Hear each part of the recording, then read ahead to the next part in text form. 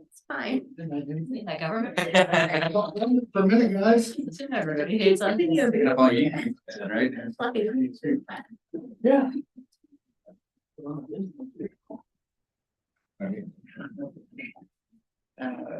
Okay, we'll call this council work session to order. Wednesday, December 6th, the time is 2 p.m. I'll go ahead and open it up for visitor comments. Ask you to keep it to 3 minutes or less. We'll take notes of action if necessary. Who would like to speak?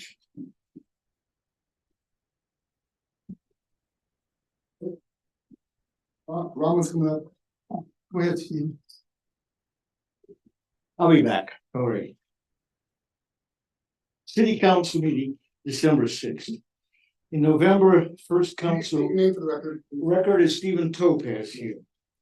In November 1st, the city council work session, I complimented the recorder on the accuracy of recording and reporting my presentation on October 18th. This was recorded accurately. The rest of the report on that date was reduced and modified to the point where there was a lie. In this regular session of the council meeting, today there will be a request for monies to work on First Street, St. Helens Street intersection. The question that I raised will the cost of stopping construction on the intersection to help Halloween Town celebration be paid for by the Halloween Town operation, or will it be paid by the city? The estimate that I have heard would be about $150,000. Second question is why the monies for this intersection requested or not put in the original budget when the intersection plans were approved. Second rumor is that the amount of monies that being requested tonight for the oversight not correctly designing the placement of a power pole, which is located in the southwest corner of First and St. Helens Street, is estimated at $150,000. Hey, Ron, go ahead. You're next.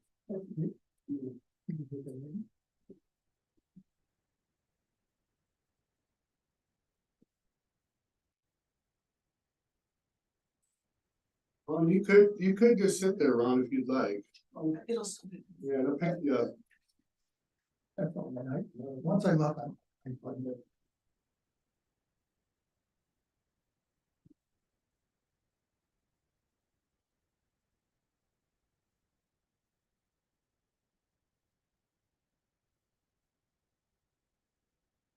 Before we started in 3 minutes, I hope that was surgery and not an accident. I said, before we start the 3 minutes, I hope that was surgery and not an accident. It was an accident, and it's a comedy, really, when you think about it. When you fracture your heel. Okay, go ahead and state your name for the record, Ron, and we'll start your 3 minutes. My name is Ron Trollins. This is a continuation of comments to the November 18th, 2023 council meeting. I am sure there are some here who will be interested in my response to the messenger's message. This was a surprise and a shock hearing that the message I needed to stop probing the 2 million gallon reservoir rehabilitation. I was irritating some people with deep pockets who were considering suing me.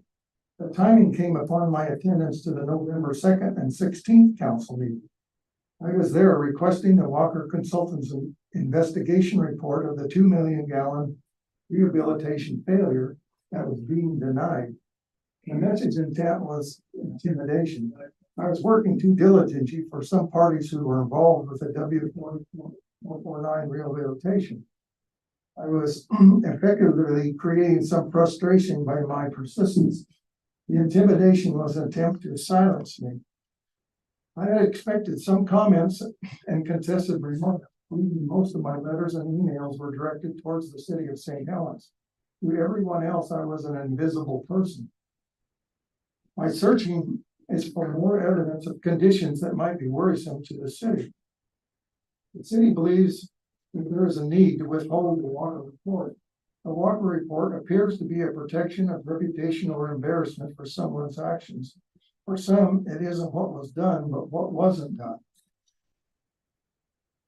My focus is questioning what is contained in the Walker report, but the messenger's message is that I should refrain from searching city records.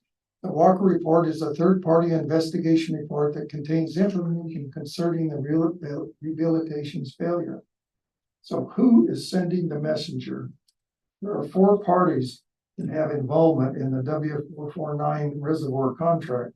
The question is, which party is most concerned with their performance during the W449 contract? Western Partitions and Carboline were contractors who performed the work. The city labeled their work as deficient workmanship. Kennedy Jenks was the provider of the plan. Their problem was the city wouldn't drain the reservoir. Interestingly, they all were able to claim no liability for their rehabilitation failure. I suspect the message was from the city of St. Helens lawyers and the party most concerned by my involvement. Thank you.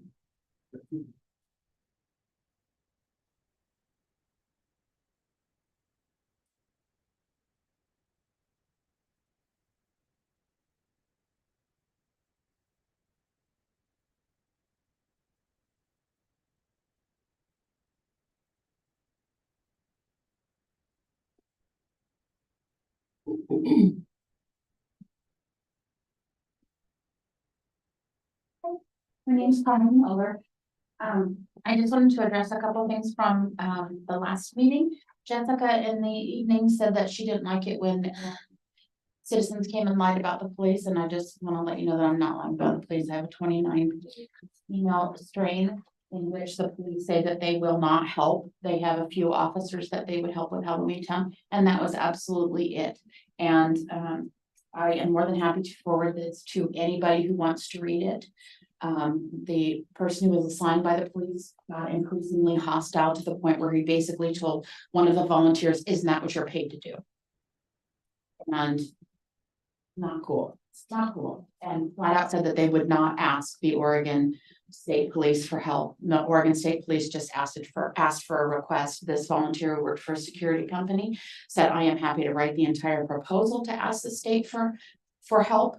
All they had to do was ask. And the police refused to do anything. They flat out said, "We will not ask for help." And they can't, the state police can't come in and do an event in our town without them. So I just want to let you know, when it comes to security for Halloween Town, I have the email and I'm more than happy to send it to you if you want to wade through the 29 pages of it, which is not very much fun. Also, I'm sad Jessica isn't here because I did want to thank her because she was the only council member that I saw who actually worked during Halloween Town. Saw you, but there was no, and she came out and played a character for a whole day running around in a costume, taking pictures, and I just wanted to know how much. But I appreciate it, and I'm bummed that she wasn't here so I could tell her personally, but that's it, and thank you very much. We already had a Halloween Town mayor. And that to the You person. can run. We have the elections every year. We have the elections, and they're all, you know how much fun they are. Yeah. You come out, you run for mayor of Halloween Town next year. It'll be awesome. Thank you. Other visitor comments?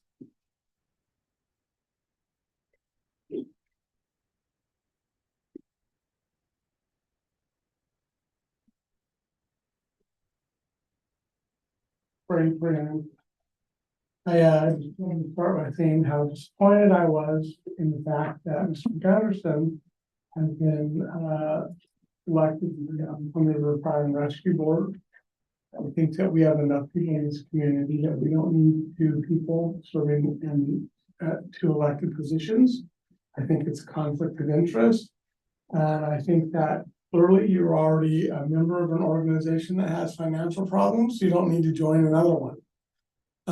I definitely agree that there should be some liaison between the city and the fire department. I have no problem with that, but I don't think you need to serve in an elected position on another board. I think it's inappropriate. I know that Russ Hubbard is doing that as well. And since it's a temporary thing, it's fine, hopefully, but if you're choosing to run and be selected, I don't think it's necessary. I think that you can. We have enough people. We don't need 2 people serving 2 hats, and I don't think it's a good precedent, and I think it's a bad idea. The other thing is the discussion that this afternoon about police. I totally agree that we need more staffing. Part of it is that we have retirements. And I do think the city needs to address that on an emergency basis and have dedicate the $10 fee that you're being charged on your water bill, even though I don't approve of that fee. I think that fee needs to be on a temporary basis dedicated to the police to get our staffing up to the point where we can maintain 24/7 policing on a temporary basis, not a permanent for a couple of years, and then it can go away. And then on the police station, you want to build the police station again, get a vote. Put it out for a levy, which you promised to do, and get people to vote on it. You don't get to build that for 30 years on your water bill. I mean, that's just wrong and illegal. But I do think that we need a temporary measure to help this in place. I would also say that I questioned some management issues at the police station. It's my understanding that we have 24 officers and only 10 are on patrol.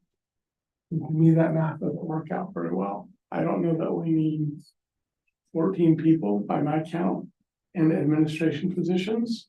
And I know that there's maybe code enforcement in there too. It seems like that's a little top heavy on management.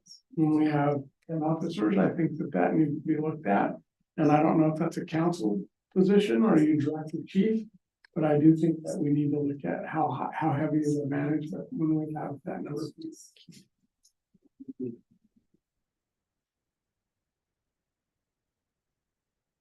Any other visitor comments?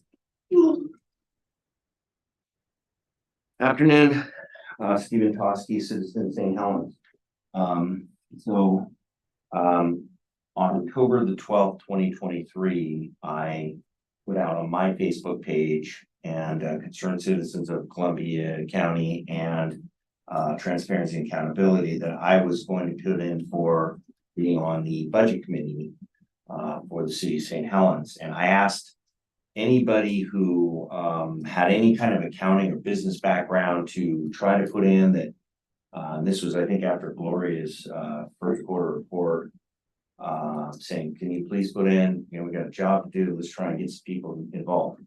And then the time frame came to November 17. And I know that Ms. Payne had posted on the city website, and I also saw newspaper advertising asking for people to apply for the budget committee. The deadline came November 17, and I checked who's applied, and it turned out that the only person who applied and myself were. So I contacted Jennifer Maskey, who I've been in contact with over discussions about the police station funding.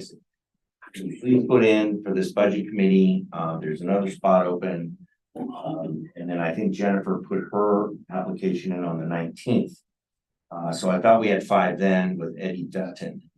And then it turned out that Eddie, I think, was her willingness to serve. I had asked a few other people that I previously had personally asked to be involved. They said they're interested in talking, but they did not want to be on the committee. I called Jennifer. Jennifer reached out to some people, and she got Lisa Marsh, who I've known from interactions on Facebook. And she said she's got some accounting or bookkeeping background. And I believe Lisa Marsh has applied. And so we have 5 people now that are willing to serve on the budget committee. We have everything we need to move forward with the budget committee. And I'm asking the council to move as quickly as it can. You take the 5 people that you have.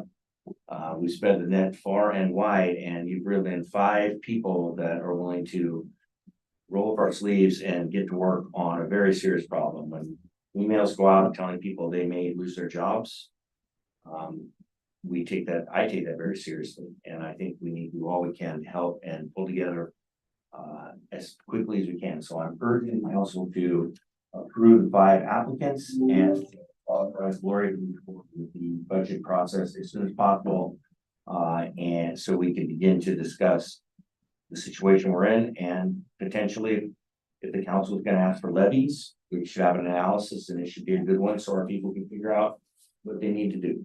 Thank you. Any other visitor comments?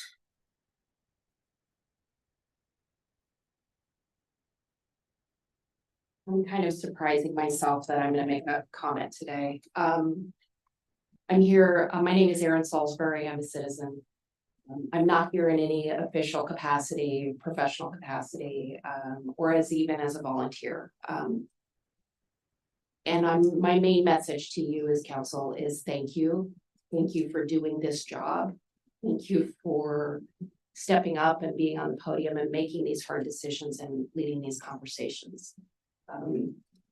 Sitting in the audience, reflecting on how often the folks that show up at the table are complaining or are asking for something. And as a citizen, I would like to thank you for the work you do. It is important. It is part of what moves forward. Not enough of us show up to say thank you. That said, I am here self-serving matter. You do have an item on the agenda today that I'm interested in. I have no idea what the proposal in front of you is going to be, but I am the one other, well, actually, I'm the only owner of property that's adjacent to Wapama Way. And so I'm very interested in whatever the proposal is that you're looking at. And I hope that as you consider it, you will let me weigh in some way. I'm not sure whether you're going to be asked to purchase that piece of property. I don't have any opinions on it. I haven't heard about it, but again, mostly I'm just here to say thank you for having a public process where we can show up and participate and see government happening. So thank you. Thank you, Aaron. Any other visitor comments? Do you have any other? Councilor Birdie. It says 3 minutes at a time. It doesn't say only once. No, That's a rule. it's 3 minutes per person. That's Wait a it. minute, well, I've got a No. thing about complaints, No. and this has to Come back do, this evening. You can come back this evening if you'd like to come under public comment. You've already been up. That's it. the ruling says 3 minutes per unit, Per not person. person. Per person. You're against the rules. We're gonna bring that up, that we're Per very speaker. much Limited. against Per limitation. Speaker. Those rules, according to the federal court, are So. requirement of me giving up my First Amendment rights. Anybody else? Yeah. Please. Okay. So would anybody else like to speak? Okay, not seeing any. My first item on. A complaint registered, please. It's registered. Noted. Yep. Okay, is an employee length of service for Crystal King. Crystal is our communications person. Who's been with the city for 15 years. When you see anything going up on our city website and on the police website, or I think Parks and Rec, Shauna kind of co-mingles that a little bit too. They work together on that one, but it's Crystal behind the scenes who's doing all that work. Who's also reaching out to big media, 6 to newspapers, and working with the redevelopment, the waterfront redevelopment, the huge project, and works a lot of odd hours. I'm sure her husband knows that, and we appreciate you as well, Dustin, for putting up with having those weird hours too. So I'm gonna have Crystal come on up here.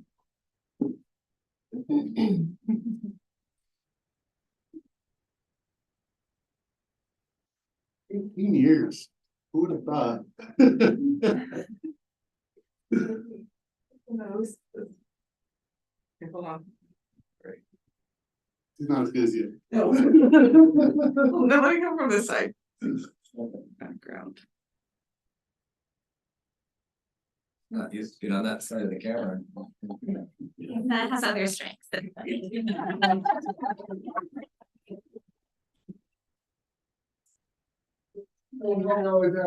I'll talk a little bit more because she is under administration and that Crystal has taken our websites to a whole nother level. We are very well respected by other cities for a city our size and the amount of media outlet we have and the power that we have to deliver the message. And I just wanna, it really falls all on Crystal. And checking on algorithms, learning about all kinds of, and stuff. So again, I applaud you. You are very good at what you do, and we've all had our picture taken with you, I think. I think every last one of us have. So, thank you for putting us in a good light. Yes. Okay, I'm gonna go ahead and I'm gonna turn it over to John Walsh before our next item on the agenda. Yeah, this is just a part of was gonna be part of my evening report.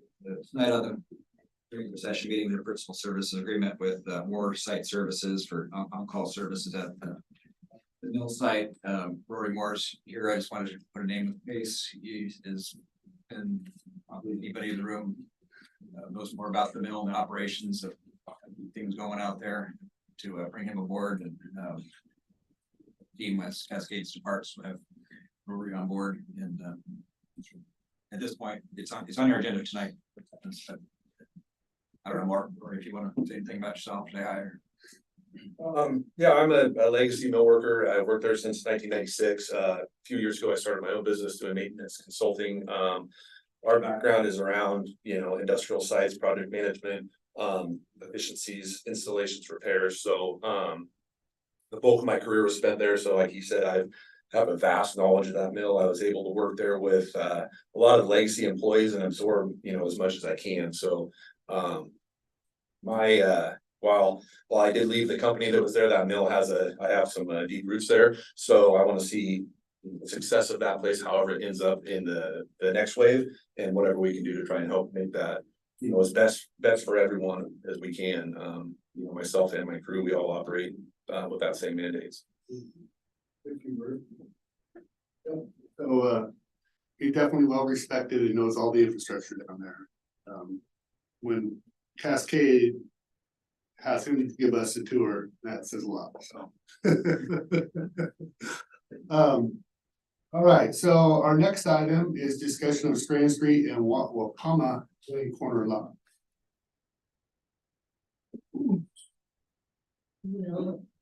Yeah, I don't know, if we're online, is that how this?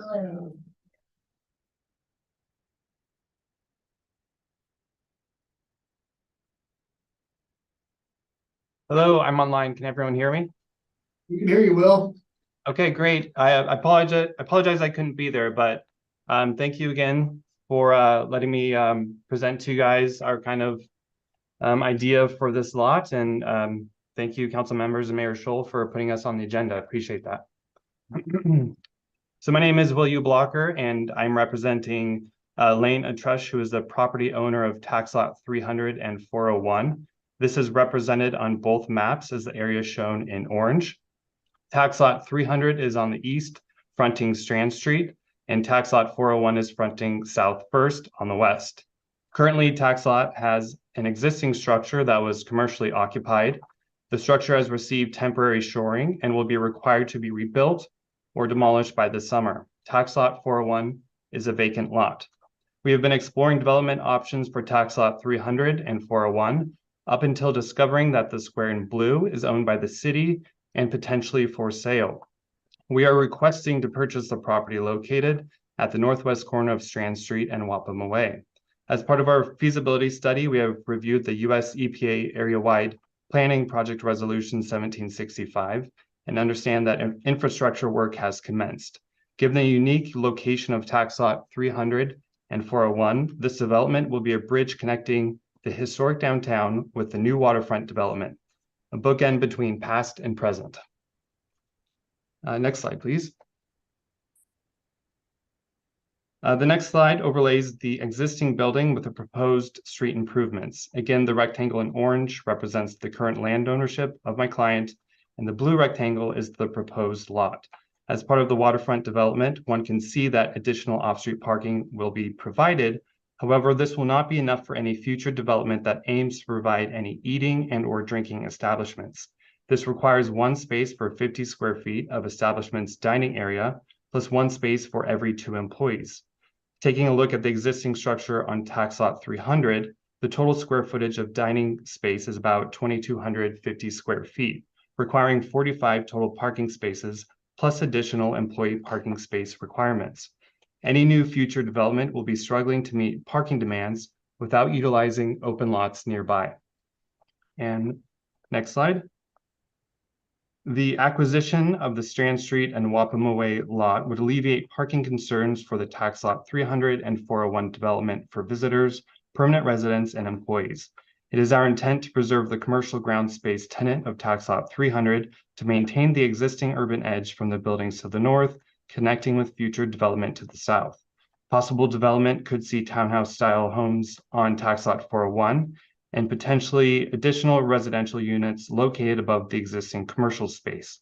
The site plan configuration has a potential to preserve views of the Columbia River for tax lot 400 by using the Wapama Way lot for parking. As with any new development, there are pros and cons, and we look forward to exploring all development configurations in order to provide the best possible outcome for St. Helens. Thank you. Thank you. Jacob, would you like to speak on this a little bit, or Jenny? Yeah, just briefly. So when I first heard about this, the first thing I look at is, do we have to move a property line or something like that for transfer of ownership? It's already an existing platted lot from the original St. Helens subdivision. But one thing that we would want to do, in my opinion, at the very least, is to make sure that the right of way, both for the Strand and Wapama Way, is dedicated prior to sale, just to make sure that that's clean and not an issue for the future. So I know that much.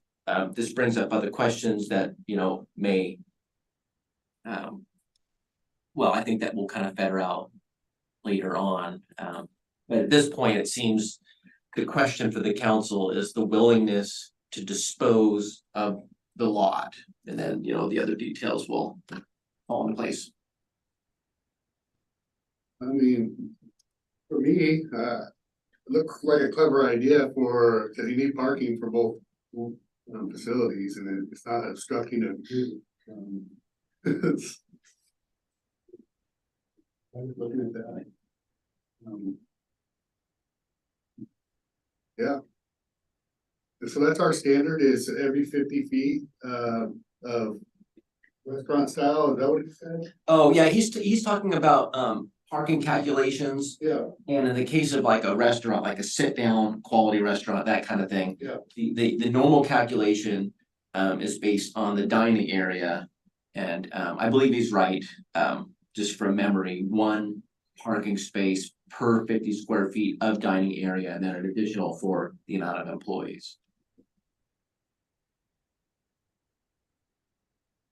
I don't know, I find it fascinating.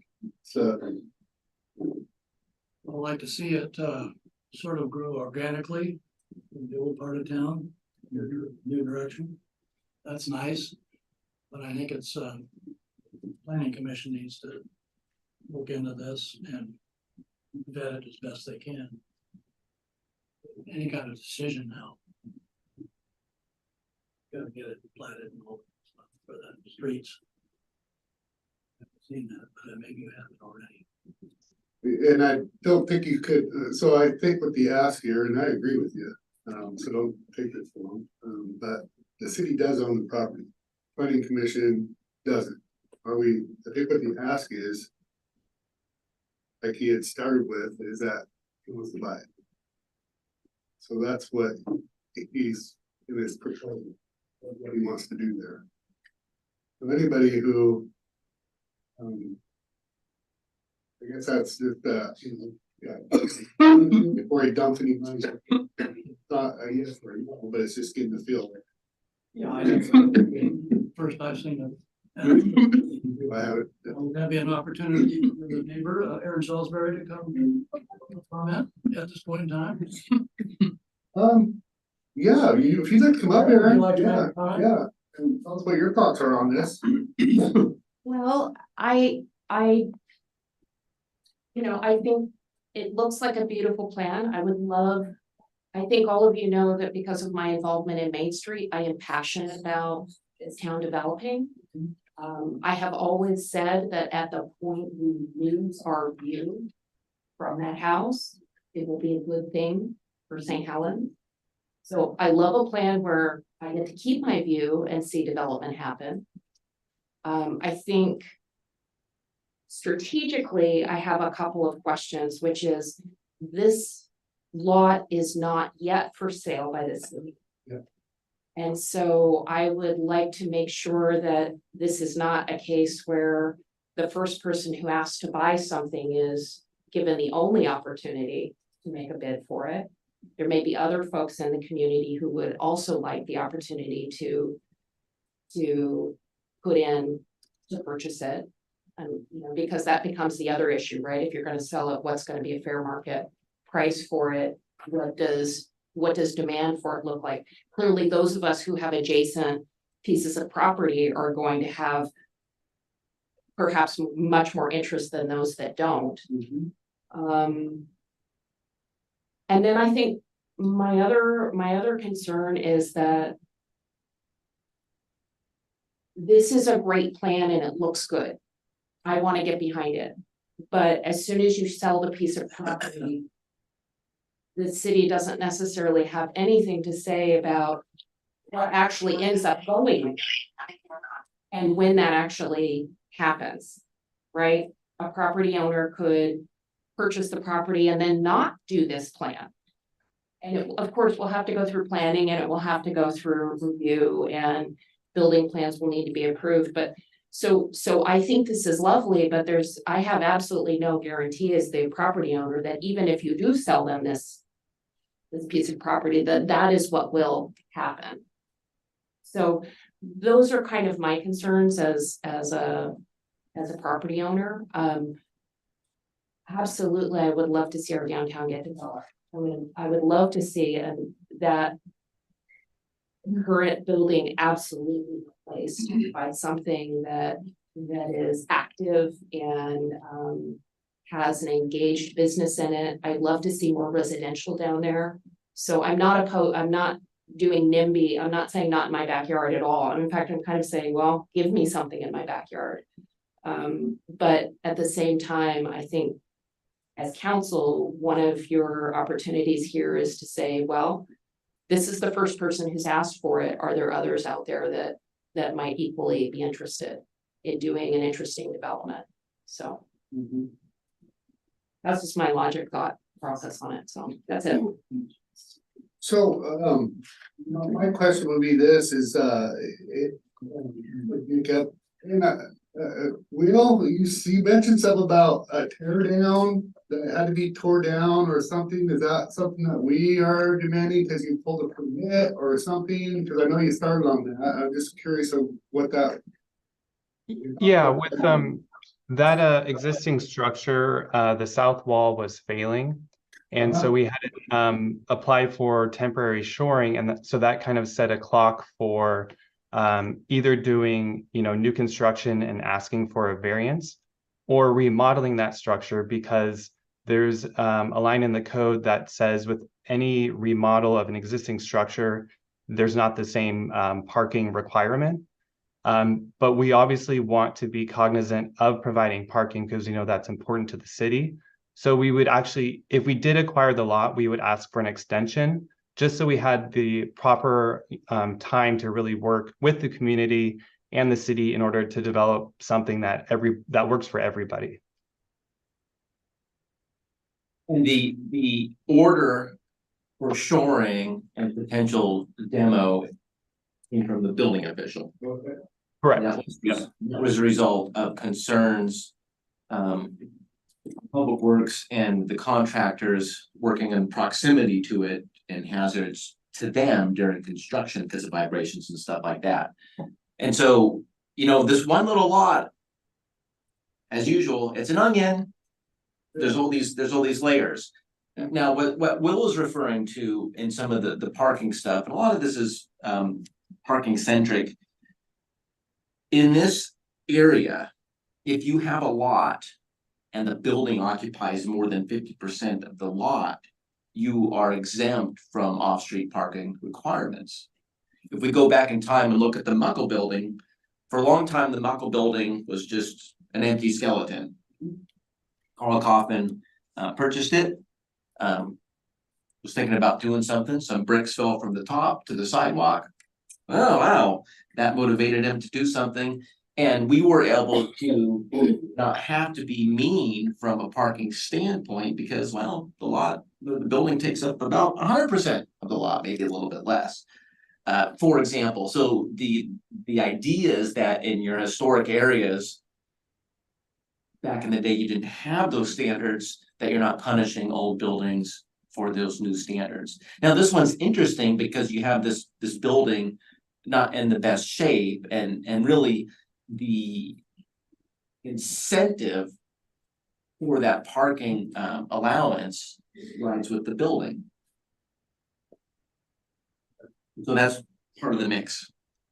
So my question to you would be, if somebody just wanted to put a building on the lot that they're asking to purchase, completely separate from this, and they wanted it to be either a multi-use family or a business. Are storefronts different than restaurants for parking? Yeah, there's a lot of different calculations depending on what the use is. But it would be required on street would not meet the criteria. So if we're talking about that corner lot alone, as you described, Yes. the off-street parking exception that I described would not apply because there's no building. But there's another provision which you just alluded to, where the abutting on-street parking can count towards your off-street parking requirement. So like in this case, there's 1, 2, 3, 4, and about 5 spaces along the Strand, and 3 along Wapama. So let's say those existed and you have 8 spaces, and the new use proposed based on that calculation only requires 8. Cool, on-street parking takes care of it, don't need any off-street. But that's a much lesser advantage than not having to require any at all. Okay. Just find it fascinating. And we had some meetings with these folks, we'll talk about that in our semi-annual report later today. In looking at various things and, knowing about this lot, they inquired about some of this stuff, and if it could be in their possession, including it in their design work. And it is the first property of the waterfront where someone's looking at it, so it creates a interesting thing for us to deal with. If I can add just a couple sentences, so. The points that Aaron Salisbury made are right. Typically, you would use a competitive process like an RFQ to solicit the best potential buyer of a property. That's very normal. However, in some circumstances, when you have property next to property that someone owns, it may be in the best development interest of the city to consider direct solicitation to the property owners adjacent to the property you're considering. And in this case, you have streets fronting Strand and Wapama that make this property very isolated and small on its own. And so you might be able to achieve better development outcomes when you work with adjacent property owners specifically, rather than a competitive process. So I just wanted to point that out, that this is not the entire waterfront property, because it's sort of isolated by roadways that are in design and eventually will be constructed. And then the other point is that, yeah, you own the property, so you can tie conditions of development on the sale to make sure that you get the type of development that you want. So in your purchase and sale agreement with that property owner, you can say it has to be developed with this plan in mind. It has to be developed within this time frame so that it doesn't just sit for 10 years and languish how the property has currently languished for 10 years. So there are things that you can tie to a purchase and sale agreement that will help achieve your outcomes. So you already have your land use zoning development code controls, but as the seller, you could also have controls imposed in addition to that, simply as part of the real estate transaction. You can talk about the urban renewal plans with that. Yeah, so because we are also an urban renewal agency, you as city council act as the urban renewal agency. You have special powers for selling property, and you know, Aaron mentioned the term highest and best use or appraised value. The agency can actually write down property based on, say, the frontage improvements that that property owner may be required to build. So if you want to reduce the sale based on encumbrances of the property, you as the agency can do that. So you can sell property for less than market value based on requirements that you want to see built. So it's all about what are your redevelopment goals? What do you have in mind for that property? And is the redevelopment goal better if it's developed as a contiguous parcel instead of just on its own? And we know that parking requirements are a huge burden for redevelopment. And so maybe combining those properties is better in the long run. Do you have anything to add, John? All right, well, I definitely say that, a lot to think about. Probably. The first question is the council willing to dispose of the property? And then all the other details can follow, because if the council as a whole is not, then that's the stop sign and no point in continuing. And I just wanna state that, anything that we, in future use, we will be dealing with other developers on these properties and, but just because we sell a chunk of property, doesn't mean it has to go to planning commission first. If they have a drawn up plan, more than likely, we as an urban renewal agency will want to see something to design prior to.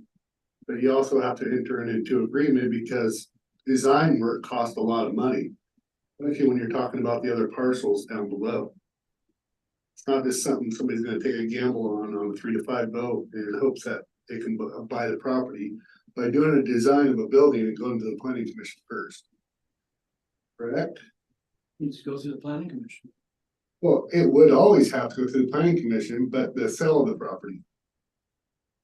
Well, I'm confused about that. do you have a game plan for the whole property, or how are you gonna sell this property down the road to other people? I'm just confused where.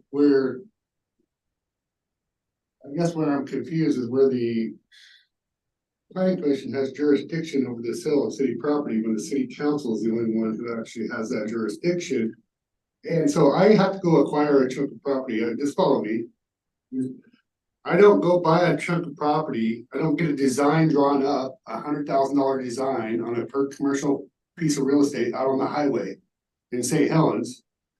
I buy the property first, then I do the design because I have the property. Now I'm gonna fit within that property the parameters of a design that I feel is going to be approved by the planning commission. I don't go to the planning commission first to get approved. That's what I'm hearing. Put the caveat in there to Jenny's response that we can add parameters to it. Isn't that right? We can, yes, yep, the council, yep. I think there's so many eyes on this piece of property, you would want the planning commission to weigh in on whether. Absolutely, but.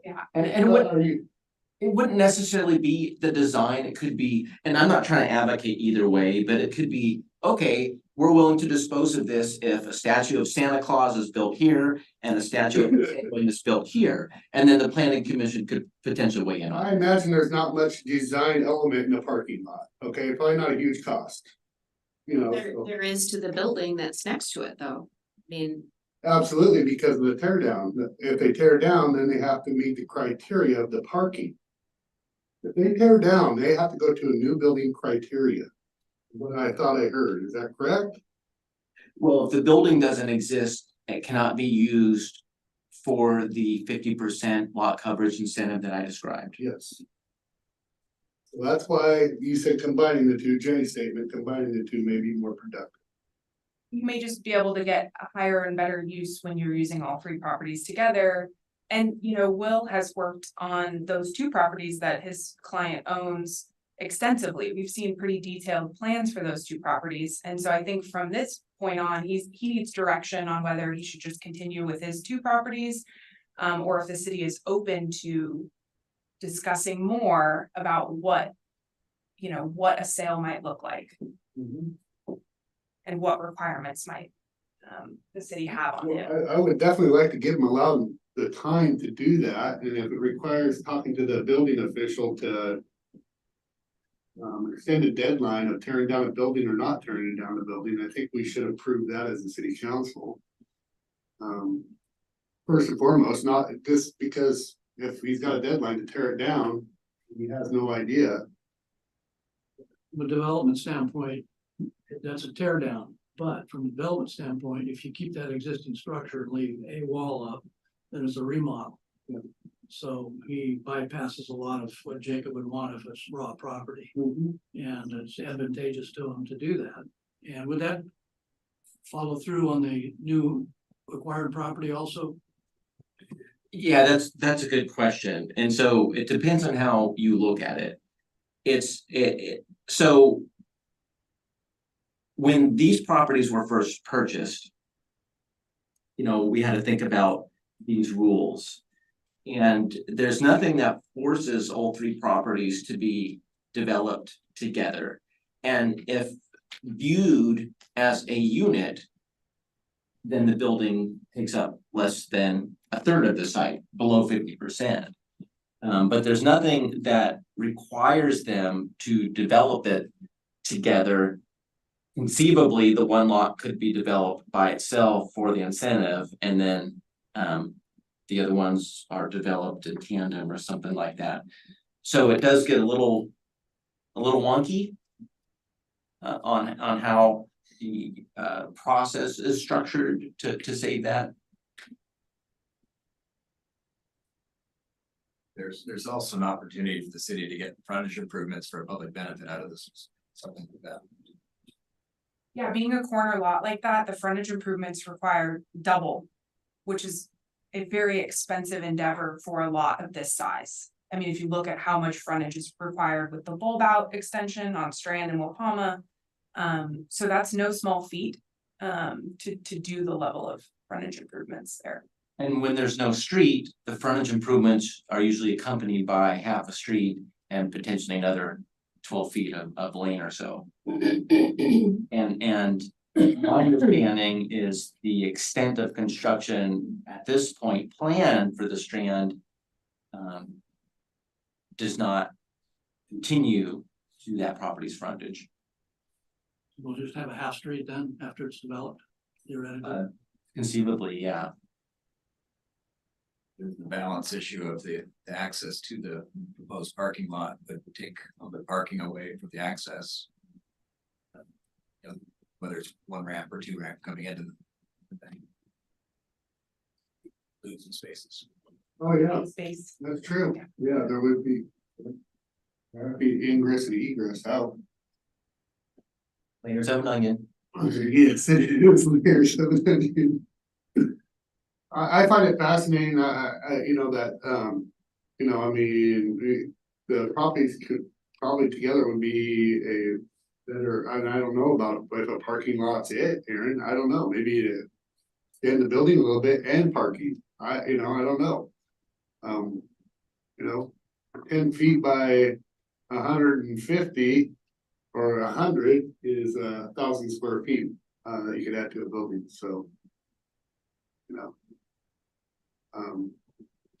There could be opportunities with the neighbor to make more of a project out of it as well.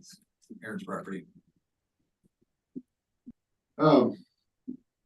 Yeah, well, I find it, but I'm just speaking for myself, I find it very fascinating, and definitely, interested in hearing a lot more, about, you gave us kind of what you want to do, but I think, I don't know. I mean, what's the planning commission gonna do that we wouldn't do, being other than all they can do is look at the building and the facility and actually the criteria of the building. That's really their only jurisdiction. I'm trying to figure that out, so I'm just trying to figure that part out. They're gonna approve by municipal code. And look at every angle to make sure it meets all the criteria. That's their job. That is solely their job.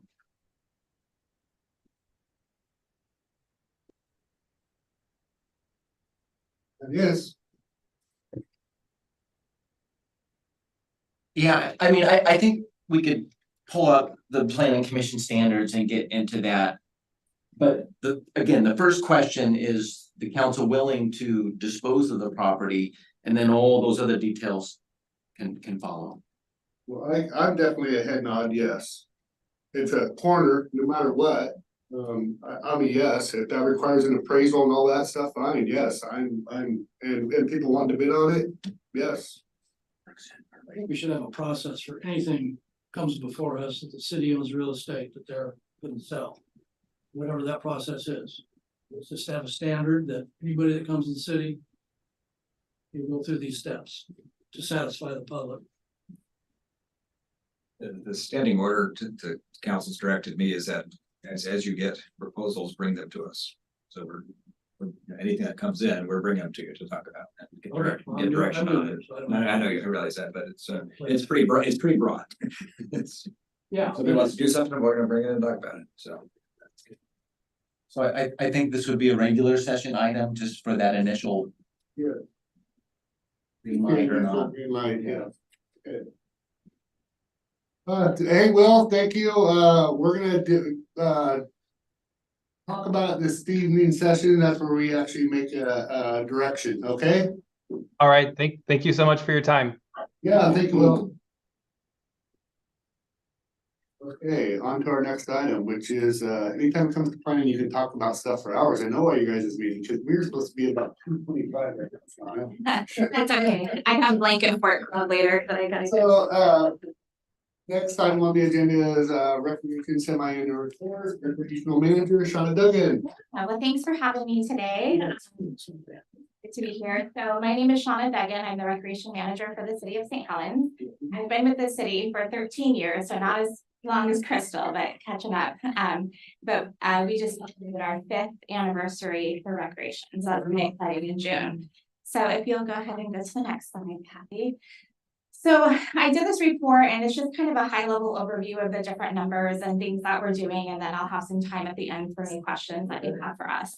So this is our recreation by the numbers for 2023. So as you can see here, we have 165 registered programs.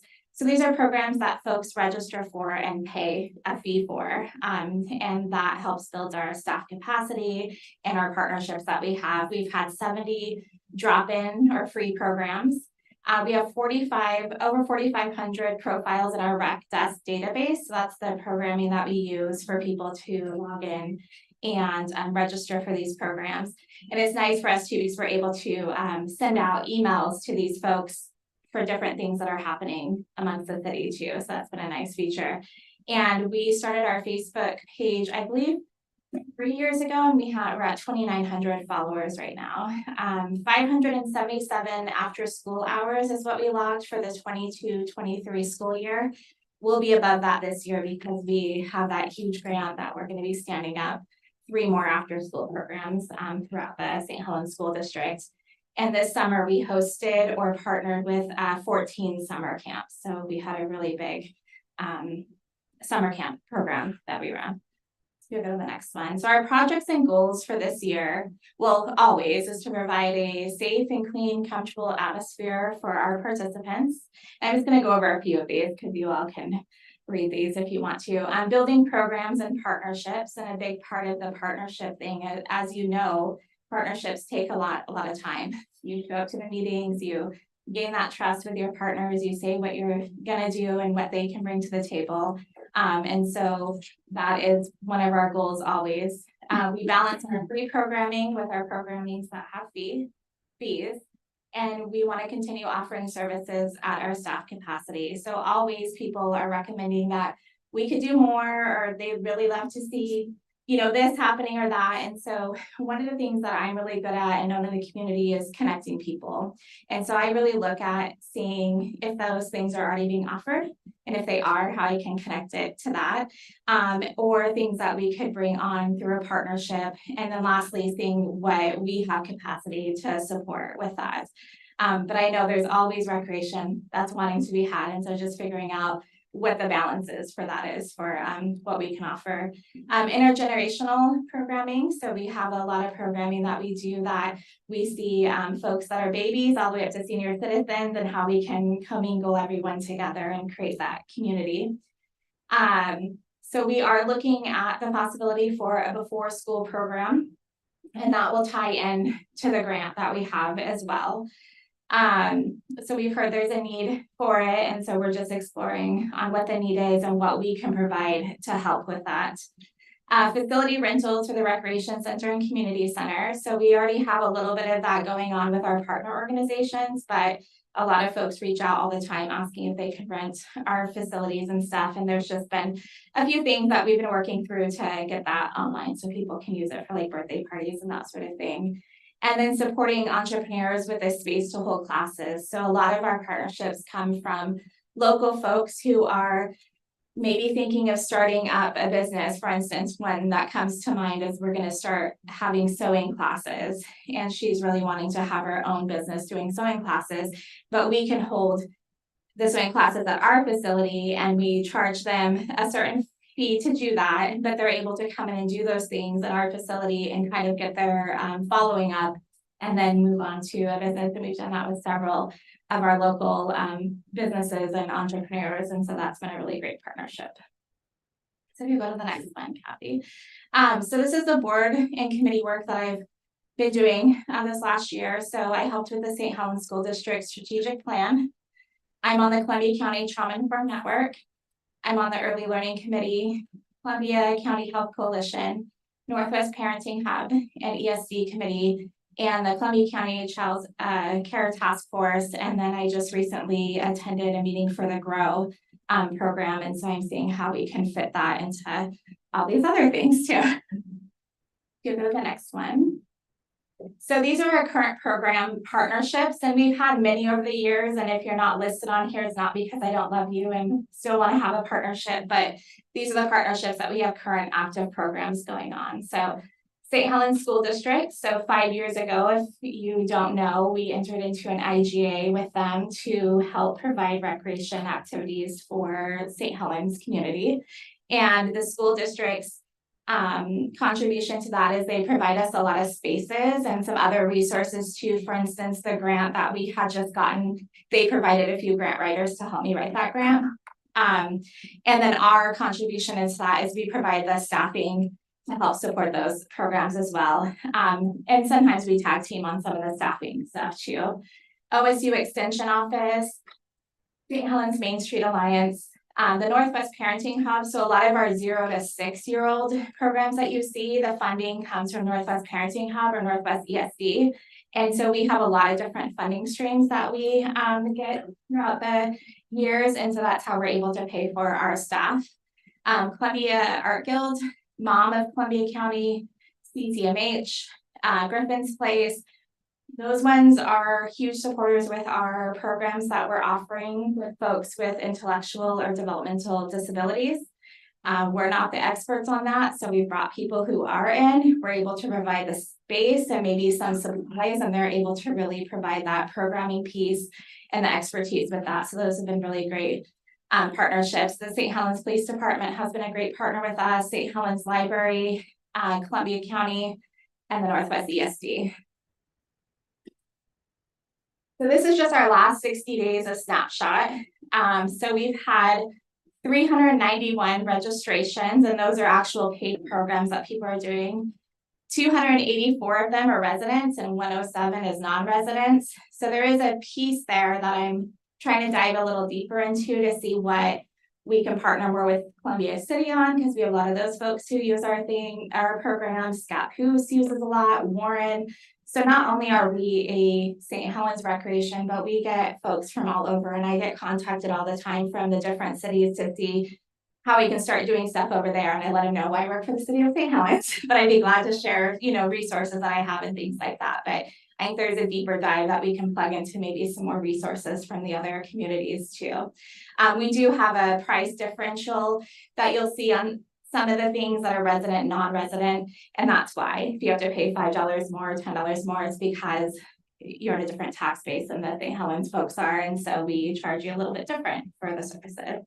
The demographics you can see here that we service a lot of different age groups. Our main one is our under 18s, and so that's where we do focus a lot of our time on. We have a pretty awesome senior center out here that has that senior center stuff covered, and we refer a lot of programs. And this is only people who have registered and paid. We do a lot of free programs that aren't captured necessarily in this because they're just drop-in programs. So we do have a lot more seniors that use our facility than what shows on there. But it's just kind of interesting, the different things that you have going on there. So happy to go to the next one.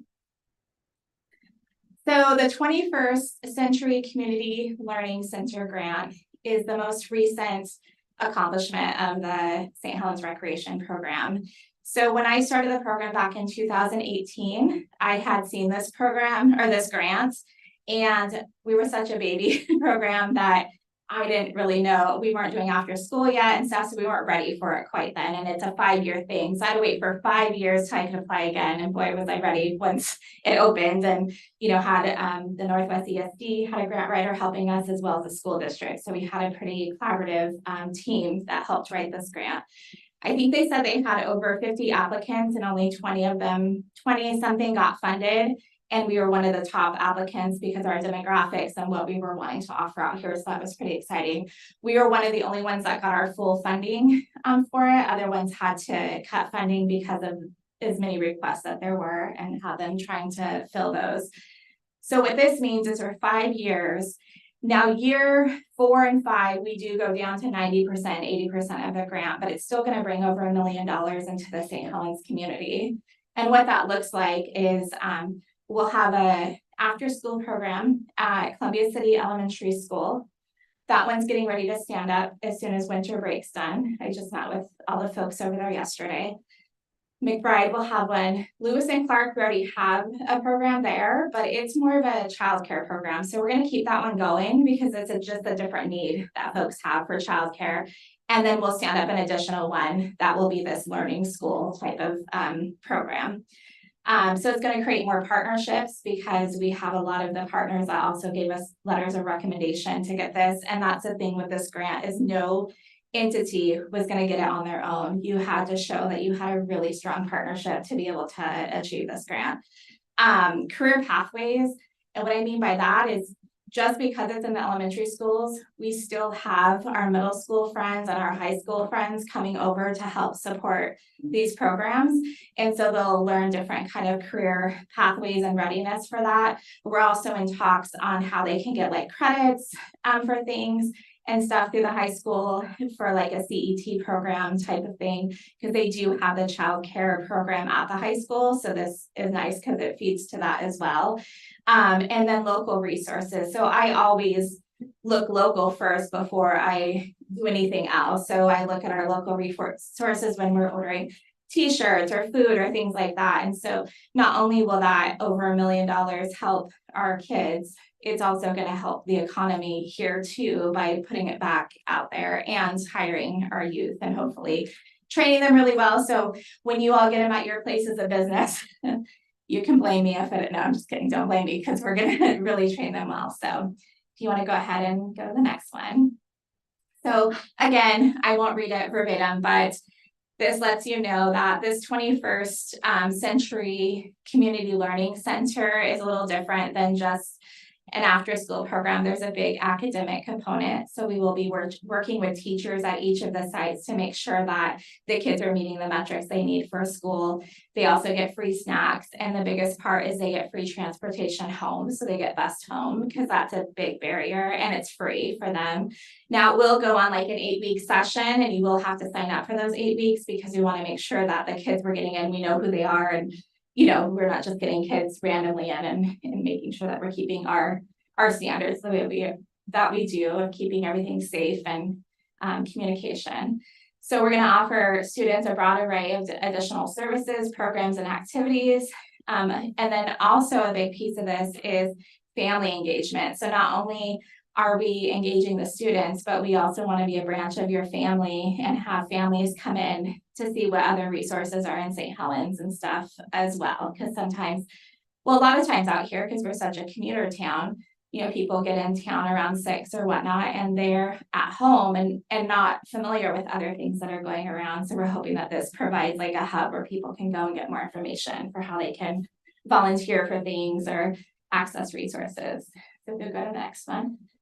So up next, we're going to keep strengthening our partnerships to help provide a safe and inclusive environment for all ages. We're working with some new partners and businesses on programs. So Broadleaf Arbor is one that we've been working with just to see how we can kind of sprinkle into their programming that they're offering there, because there's a big need for the kiddos over there as well. We're not stationed at any, like my office is at the community center, and that place is used a lot by like community partners coming in, things like that. But we also are very much in the community. So we're not just at the community center. You'll see us at the schools and at the parks and other places too. It's been a big thing. I mean, since everything COVID is just really focusing on what we can do and not what we can't, and really keep that at the head, and how every day we're gonna reach our next goal, and what is the community looking for, and how can we be a part of making that happen. There's some other exciting grants and sponsorships and other funding opportunities that are coming up that I'm working on. Expanding our teaching and contract services. So these are our folks in town that are looking to start a business or that sort of thing. If they can come teach a cupcake class for us and kind of start building those types of relationships out here, then who knows, maybe they'll be on the waterfront someday with an amazing cupcake shop or something along those lines. Creating customer surveys for programming that they would like to see. And then this is just a few pictures that we have. So up in the top left corner, you'll see we do a clothing swap every 6 months where people bring all of their clothes that they don't want anymore, and people can just come get them for free. And so that's been really exciting, especially for our folks that have younger kiddos. We have an adult softball program. We have a table that we put out with used equipment that's still in good shape, so people can come pick up like a bat or softball cleats or things like that. Kind of like, I can't remember the shoe store that used to be out here. What's the shoe store's name? Yes, you know how they used to have the soccer cleats and stuff that you can come in and get. I always found that so valuable, you know, as having multiple children. The right-hand side is just me and some of our our summer staff that we have. So we get a lot of staff that comes in for the summer because they're going to college, and then they go back out, and some of them have switched career paths because they've decided they wanted to be a teacher because they really loved working with the kids, or you know, some of them have worked as park rangers at other places because they've enjoyed the work they've done. And then the bottom, that's one of our after school activities that we have, that we were doing a very controlled circle time. It doesn't always look like that, but that one was good. The one in the middle is Griffin's Place, and Griffin's Place is our friends that are, they are based out in Hillsborough, but they have a lot of Columbia County clients. So they come out here and offer programs for people who are 14 and over with intellectual and developmental disabilities. And they do lots of different things. They've done like a Super Bowl watching party. They do dances. They do all these different activities that are amazing. And they're in our building, I would say at least 3 times a month, offering some sort of services. Is that a relationship also through ESD? So that one is with CPMH. We have a big, the ESD relationship that we have, very similar type things, but it's for our 0 to 6-year-old friends. And we operate a play group over at the community center. And what that is on Monday through Thursday, we have a play park set up that has all sorts of really fun things. The ESD will have their folks that are working with the younger kiddos come in, and they'll evaluate them there while they're playing with other kids and things like that. So that's been really awesome. This last weekend, we had our sensory sensitive Santa that we do every year. And we've been doing that for the past 5 years. And what that is an opportunity for families to get their pictures taken with Santa that they normally haven't had that opportunity, because you know how we feel when we're in a mall at Santa, and imagine if you have, some sort of barriers that are happening. So they get to spend a little time with Santa, and so those pictures should be out soon, and we'll post them on our Facebook. So please look at them because they're just the most precious kiddos that come in and stuff. And so ESD is a big partner with that sort of thing. And then the bottom one is one of our summer camps that we had.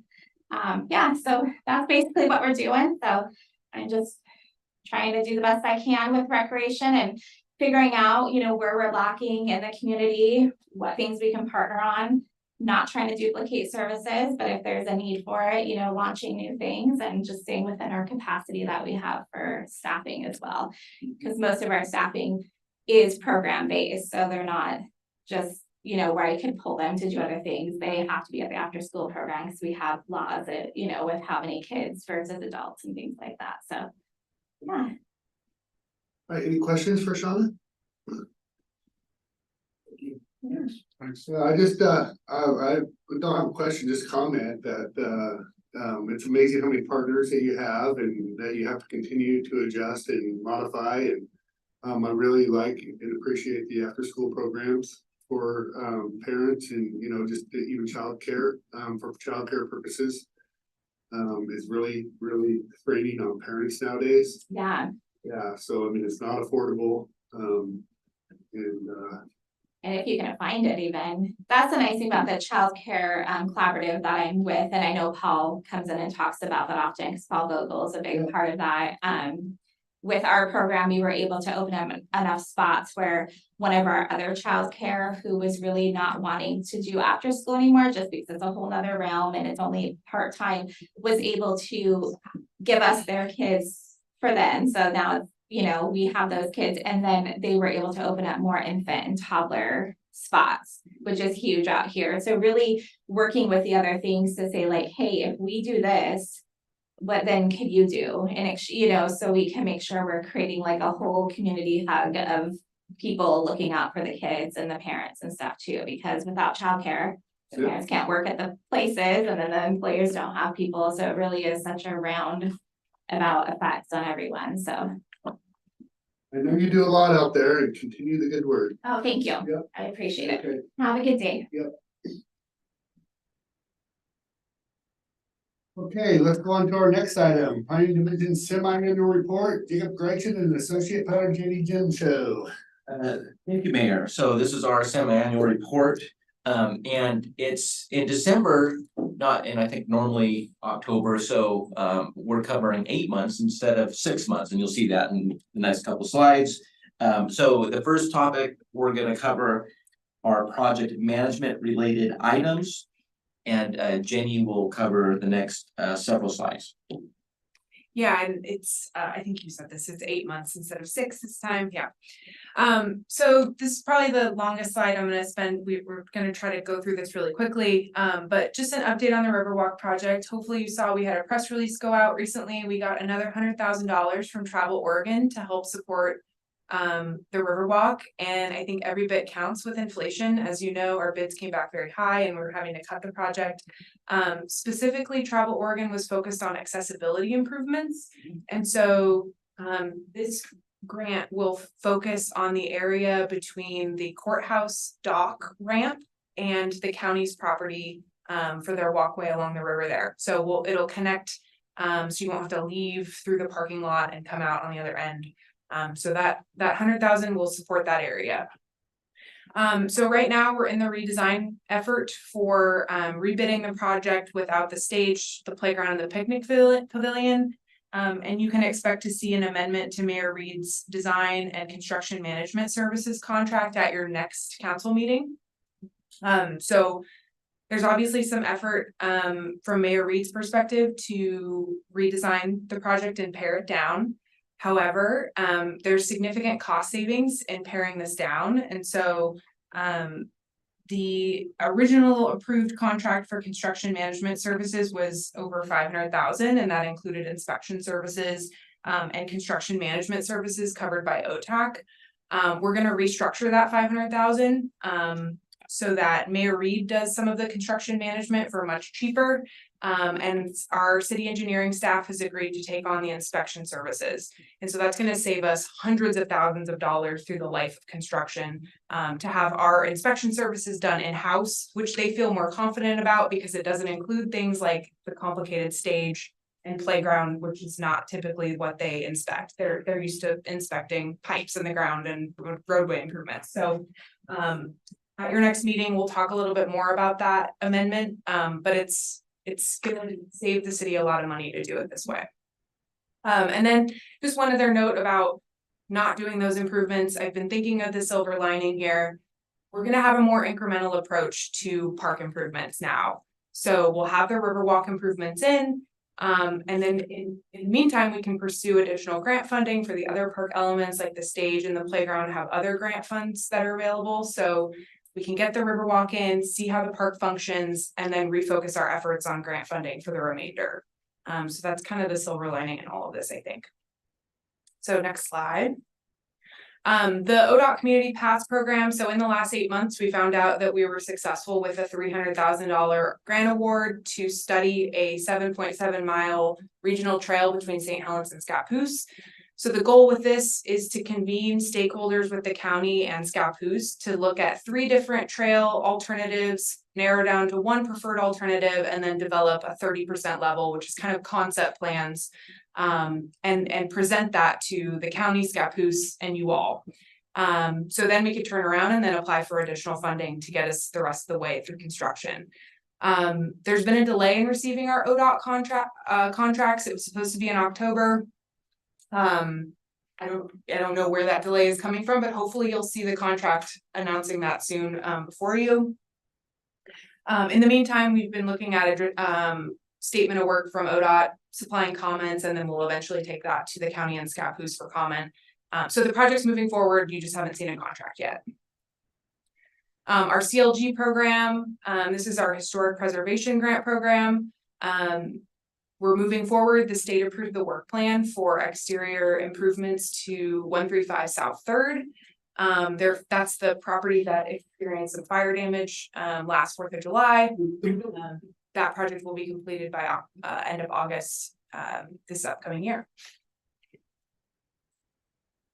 So this project has been really fun to watch. It's been very fast. This is the Veterans Memorial expansion. If you haven't been out, the pedestals are built and they've been wrapped in stone. So these are the 7 service and monuments. Sorry, the 7 branch of service monuments with their corresponding flags at the Memorial Park Veterans Memorial. Public Works contributed a ton on this project. They actually installed the concrete pedestals and the walkway improvements and put the hardware in for the flags. So thank you, Public Works. The VFW donated the flagpoles and the hardware. And then Lower Columbia contributed the design and engineering for this expansion. I've seen a photo of what the granite slabs look like for each branch of service. They're done, they're beautiful. We're just waiting for weather to install them. So each slab will have branch of service, colorized branch of service emblem, and the color on the black granite, it's like really pops. So I think it's going to end up being really, really beautiful. Special Public Works loan program. As you all know, I'm helping to administer the loan from the state that's funding the streets and utilities project. There's an update that Mohammed and Aaron will give later, so I won't touch on that. The community development block grant. I'm helping to administer the grant portion of this. There's an update on your agenda from Mohammed and Sharon on that, so we can the Oregon Safe Routes to School grant. So we're super close to closing this project out. If you haven't driven this area, the roadway's open, the sidewalks are built, the landscaping is in. Right now we've scheduled our final walkthrough with ODOT, which will then allow us to get that final reimbursement, close out the grant, and write another one. Next slide. This is the TGM program. So as you all know, engineering spearheaded a grant for our new TSP. So within the last 8 months, we found out we were successful with that. Engineering is going to lead the update of the TSP. In the meantime, we've just provided comments on the statement of work, and we've met with a few prospective consultants who would like that TSP work. So planning is just acting as a support on this.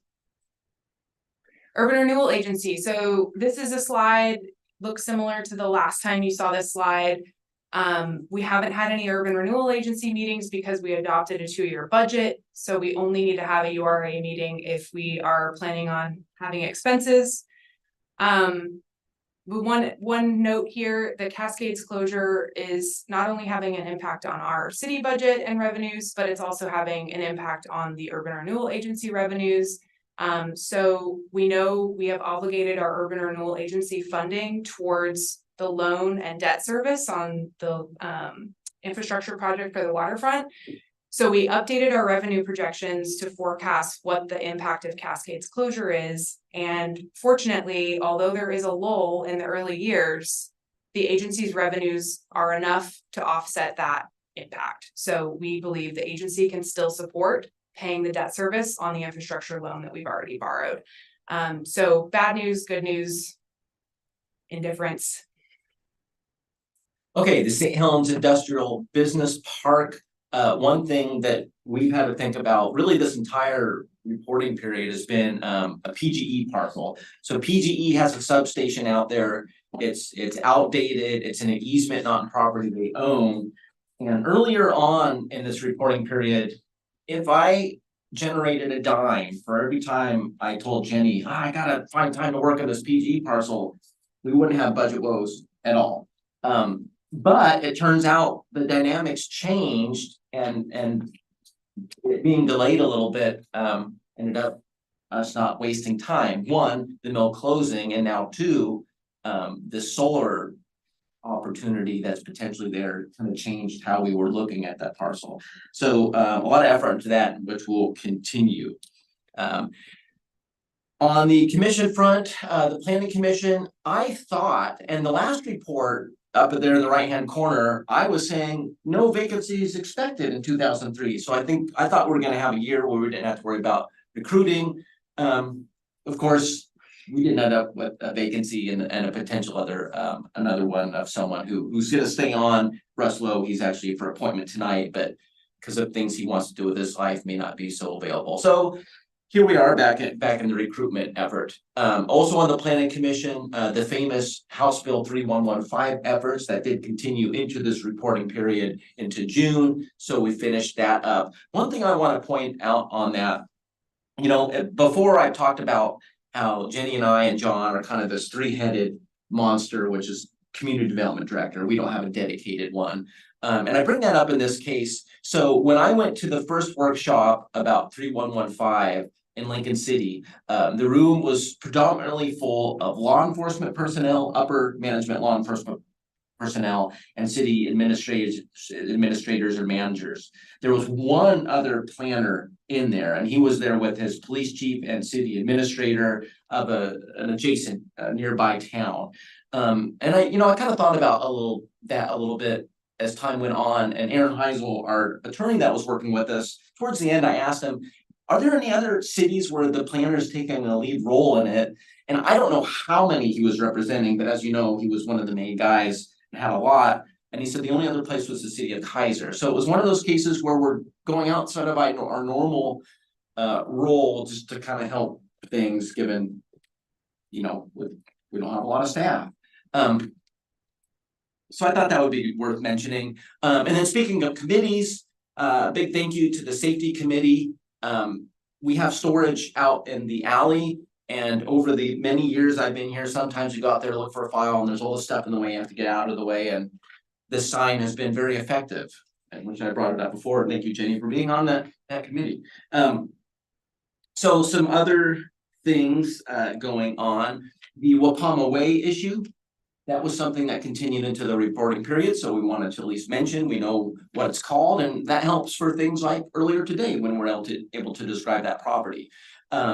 There is the reservoir project. Now this is more something led by our engineering team, but we did provide some support on that and help with selection of design folks and then figuring out what kind of land use permitting is necessary in the county. This property is not in city limits. And then we also help with facilitation of the donation properties at the corner of Pittsburgh and US 30. Agencies, we dealt with some agencies as we usually do in this reporting period. Columbia County, there was this funky address conflict where two properties had the same address. We were able to resolve that without any big to-do. And then historically, we usually tell people, don't trust the assessor's data as it pertains to zoning, because it's been famously off. And the assessor reached out to us recently about improving that. And so it's several hundred properties to go through, you know, Christina helping with that as far as assistance on it to help improve some of the data for people. Because your common person doesn't know these things, and it's customer service to have accurate data amongst various agencies. The road department asked us about road transfer, road jurisdiction transfer. I think they're pretty excited about giving up the portion of Gable Road that was improved. So anyways, we helped them. FEMA updated their elevation certificate. They do that every so many years, and that happened within the last reporting period. And then DEQ, we helped our engineering department. That's a theme. We're always working with engineering with their report for the Mercury TMDL and then the community event, and we'll continue to help them with code amendments and stuff like that. So the next category of stuff is current planning. And current planning, you know, we try to facilitate things in the city, but we also have to act as regulators. Current planning is just the stuff that comes in the door, reviewing it, make sure it's okay. Jenny will start with a few slides. Yeah, so at the last planning commission meeting in November, there was a 8,300 square foot office building to house the new Amani Center that was approved. So this is near Industrial and McNulty Way. Next slide. These are some renderings from an application we received. The planning commission next week will review the county historic resource review for modifications to the historic courthouse. CCMH. What's this? What are you looking at? Why is it all red? Well, that's purposeful. CCMH applied for a zone change. Their property was zoned industrial, which doesn't work for some of their future plans. And so that's something we dealt with that. We had a lot of meetings with them, went through the hearing processes, which of course you know because you've been through it. So the Columbia Commons subdivision, it's evolved. Burger King is almost done. You can see that driving by. The quick lube or the fast lube is under construction and also visible. Dairy Queen's weird. They got their land use approval, their land use entitlement, and haven't done anything since. I'm not sure what's going on with Dairy Queen, but their permit's still good. So we'll see what happens in the next reporting period for that. On the next slide, same area. A little bit of movement with some grading work. You can see that picture in the upper left-hand corner for that property. And some of the other commercial properties that are around there, we haven't really heard much, but those are potential ones that could come to life. Is that an accurate location of our city lot? That is fairly accurate. Yeah, the lines are kind of eyeballed in, but I did want to point it out, you know, that lot and the transfer of it to the owner could help facilitate a larger commercial footprint. If that happens. I think it's a great view of it. I'd like to have that for future reference too. Yeah, it's nice. The drone footage we can get now is nice for situations like this. So talking about Burger King, you know, as planners, we get to see the city change first on paper and then physically. So I always like to share some of the before and after pictures. So we have a couple slides with Burger King. Here's one, and then the next one, number two. It's kind of interesting to see, you know, in the upper left-hand corner, you have the rock core and they covered it with dirt. And if you go out there today, you'll see that it's all grass. And for the unsuspecting person, you wouldn't know if there's a rock core in there. Of course, being from St. Helens, we know better. Broadleaf Arbor, everybody's favorite quote unquote project. I want to comment on that. A few months ago, I talked to the developer as well as the seller of this property, saying about some of the woes from the community, especially from our emergency response agencies, police and fire. And they were kind of aloof to it. To them, it's a success. They're seeing a lot of people, a lot of interested people. So it's just interesting, the different perspectives. This is one we've been working on for many years, and it's, for me, it's the last of the sleeping giants. A couple presentations ago, you may recall me talking about all these properties, large properties that just started popping after the Great Recession, and it was a real challenge to deal with it because large projects have more details and you have multiple ones going on at the same time. It's just a juggling act. So it's nice from that perspective to see this concluding. The orange arrows, at least at the time of this presentation, are the buildings that have attained occupancy. It's over halfway done, and will be done, we anticipate, sometime in the next reporting period, and then I'll have some more cool drone shots to show you for that. And some shots I took during inspection, at least of some of the greenscape amongst the buildings, just to, you know, give you a flavor of what we see on a daily basis. So this is Skinny's, the Skinny's area. And this is a tale of a non-conforming use. So non-conforming use, that's just a fancy term for a use which is existing, but not allowed under zoning because it was there before the zoning took effect. This is a commercial area. We have some single family dwellings in the area, including that yellow highlighted lot. There used to be a dwelling there. If we go to the next picture, now this was several years ago. The house, the non-conforming use, was destroyed well beyond 60%, which is the threshold where you cannot rebuild it. And basically what this tale is the non-conforming use rules working like they're supposed to. So the house is destroyed, cannot be rebuilt, is obtained by the adjacent property owner, and then is demolished. If we look at the next slide, and well, what are we going to do with this lot? Well, if we go to the next slide, I guess you can expand the access and parking for Skinny's. And I guess this has really helped truck access, which apparently was kind of problematic for them. So a tale of a non-conforming use. Some more current planning. There's the police station that needs no introduction. We all dealt with that in some of our famous public hearings. There on the lower left-hand corner, that is the Village Inn property. That's a very recent decision where they're wanting to carve that up into 3 parcels. It's kind of interesting because the pink one is the 1960s development, the blue is what happened in the 90s, and then the yellow is the vacant parcel. So it's kind of like Neapolitan ice cream, but it's eras of development in a sense. And then on the right, we want to spread that into tax lots. Is that what they're doing? yeah, individual parcels. Yeah. Yep. On the right, this was noteworthy, not because it took a lot of time in this reporting period, but it was the end of one of the mountains that we get to climb. In this case, it was the Belton Road partition. Those people, they wanted to divide the property and build a house. And over this last reporting period, the house was finalized and into that saga, which is kind of nice when that happens. So some more stuff. Earlier in this meeting, we talked about the Gracie's building, and we've had meetings on that. Those are the 2 photos on the left side.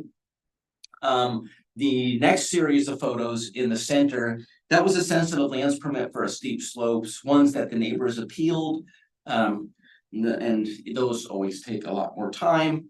Contention, dealing with that, a lot of fun. We had 3 annexations before, those are done. We have 2 new ones on the deck. Some action in the county. If the county gets a land use permit, we are a referral agency, are able to comment on that. There was this small racetrack proposed out there, pretty easy thing to comment on. Some of our subdivisions that have been approved but not developed yet, Boulder Ridge, this is the one up behind the county and city shops. 60 some lots, I think, if I remember right. It's not dead. They're having challenges getting total funding, and a lot of developers right now are dealing with interest rates. So it's not dead. They're still trying to keep it alive with funding. Comstock is another subdivision that we have dealt with. 30 some lots, if I remember right. And the builder walked, but we've had discussion with other builders and looking at that. So there's still some life there. There's also a potential subdivision on Millard Road that's in the county. We've had some preliminary meetings on that. So we'll see if that transpires. Code enforcement, there's always a little bit of code enforcement to go on here. The most typical one we deal with is sheds. And in this case, Jenny took these on, which I appreciate. And one was pretty easy. The other one took a lot of effort, a lot of phone calls. And so some feathers in her cap to do something that's not glamorous or wins awards. But, you know, there's a complaint, if it's legit, we address it. And then people aren't coming here saying, planners not doing their job. So what's gonna happen in the next 6 months? As usual, we have our little spreadsheet that kind of shows, you know, some of our near-term, medium-term, long-term stuff. And I always look at the near-term as kind of our grab bag. You know, all the potential things we can work on. And a lot of them are code amendments. The 3115 stuff was a much bigger mountain to climb last year than I thought it was gonna be. And so some of the code amendments, especially pertaining to residential stuff, wasn't really able to get to, and my hope is to this year to do that. One of those wild cards though is what's gonna happen with the St. Helens Industrial Business Park. If the solar stuff really transpires, a lot of attention, as you can imagine, will need to be put towards that, since that industrial property is our lifeblood.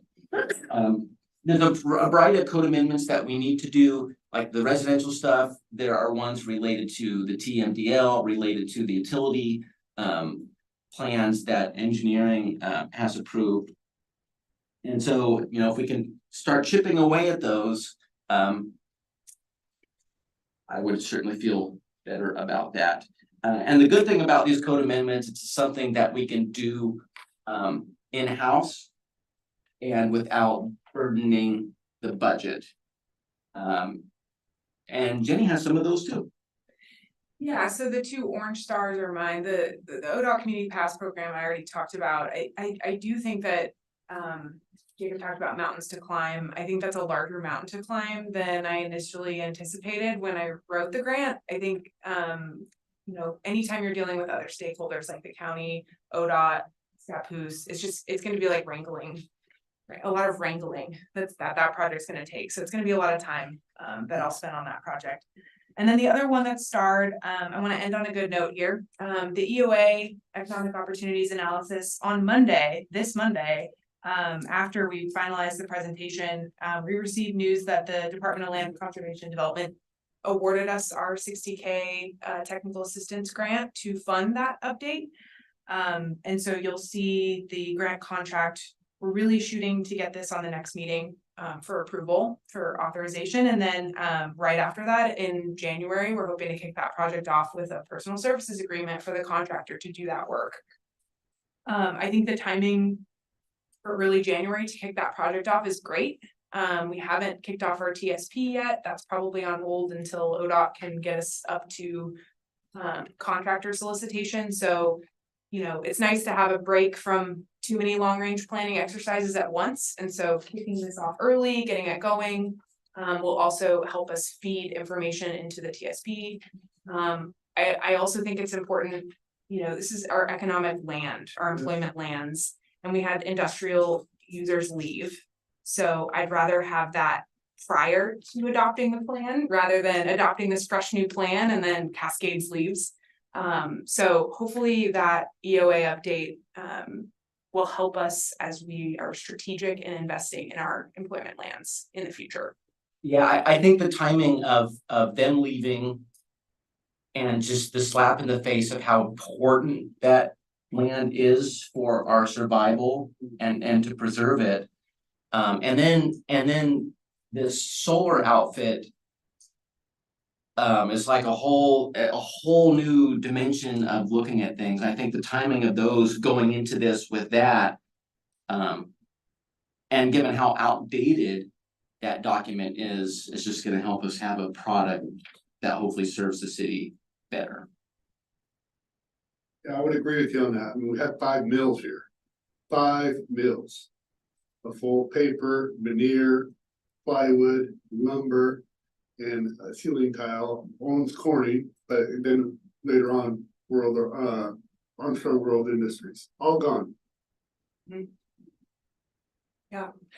One other note, Jacob mentioned code amendments next week at our joint city council and planning commission meeting. We have this measure 109 psilocybin amendments for discussion. So I've been working on that this past week to kind of just give an overview of what the state requirements are for that. And these plan amendments, the EOA and stuff, is budget neutral, which is important, you know, it's not gonna add cost. And I'm glad you brought up, so for the joint meeting, based on everything happening, the plan was not to have food. I just wanna make sure nobody's upset about that. Light snacks, I mean, cookies will be fine, coffee is cheap. Yeah, Okay. I mean, that's. You ate well today. Yeah, coffee is. Yeah, the normal meeting Yeah. stuff, okay. That's it. Okay, thank you. Yeah.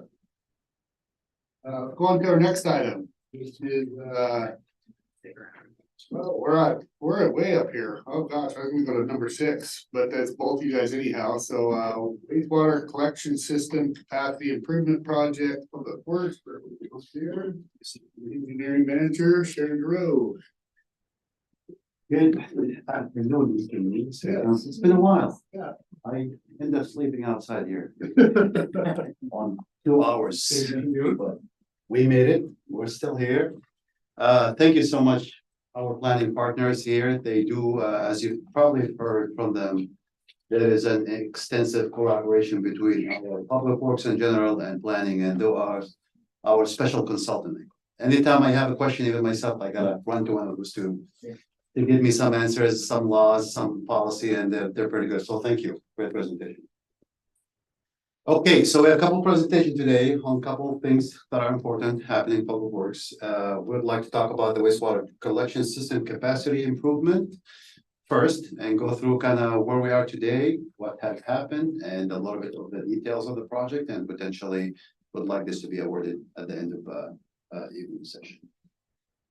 So just kind of like a little reminder of the project background. Back in 2021, if you recall, Mr. Mayor, we have established some of the greatest thing here at the city in that wastewater, master planning.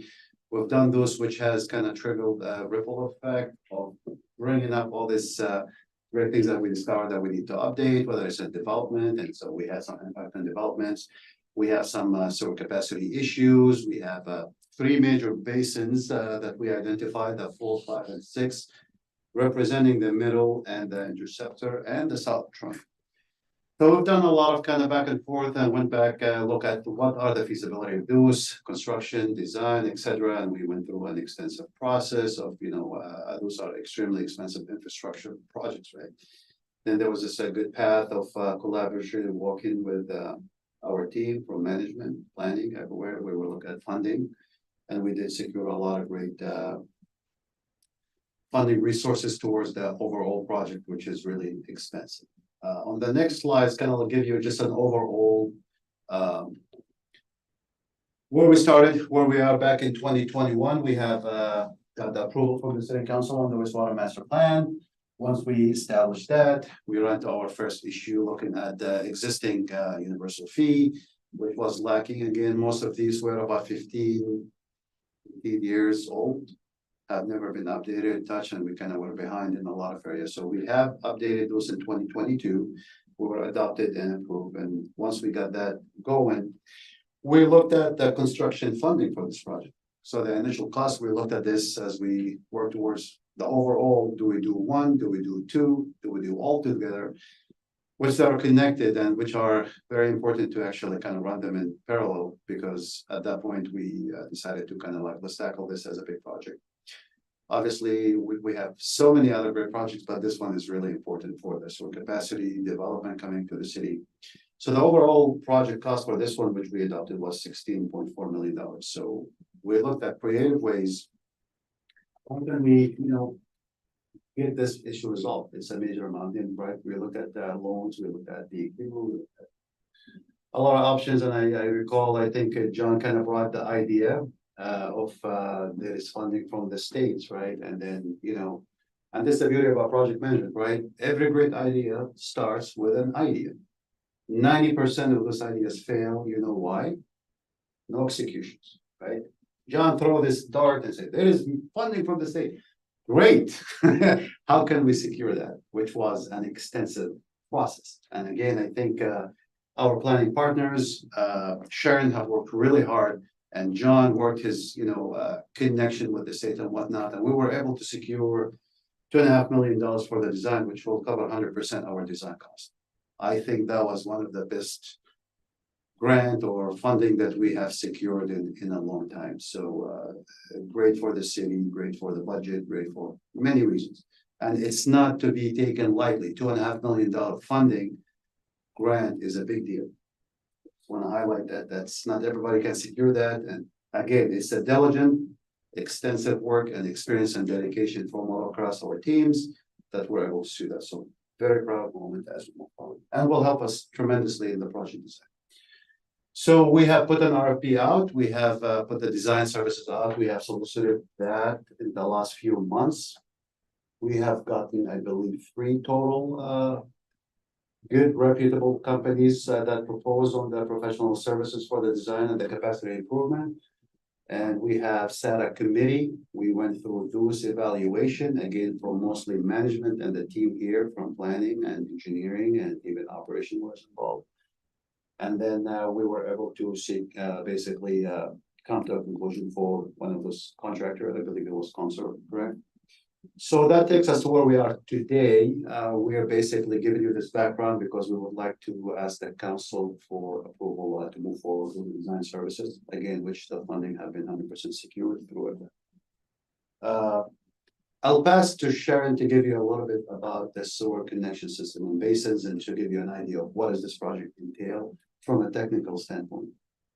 Yeah, so Mohammed mentioned that this project is going to cover the capacity issues in basin 4, 5, and 6. So basin 4, we could go to the next slide afterwards.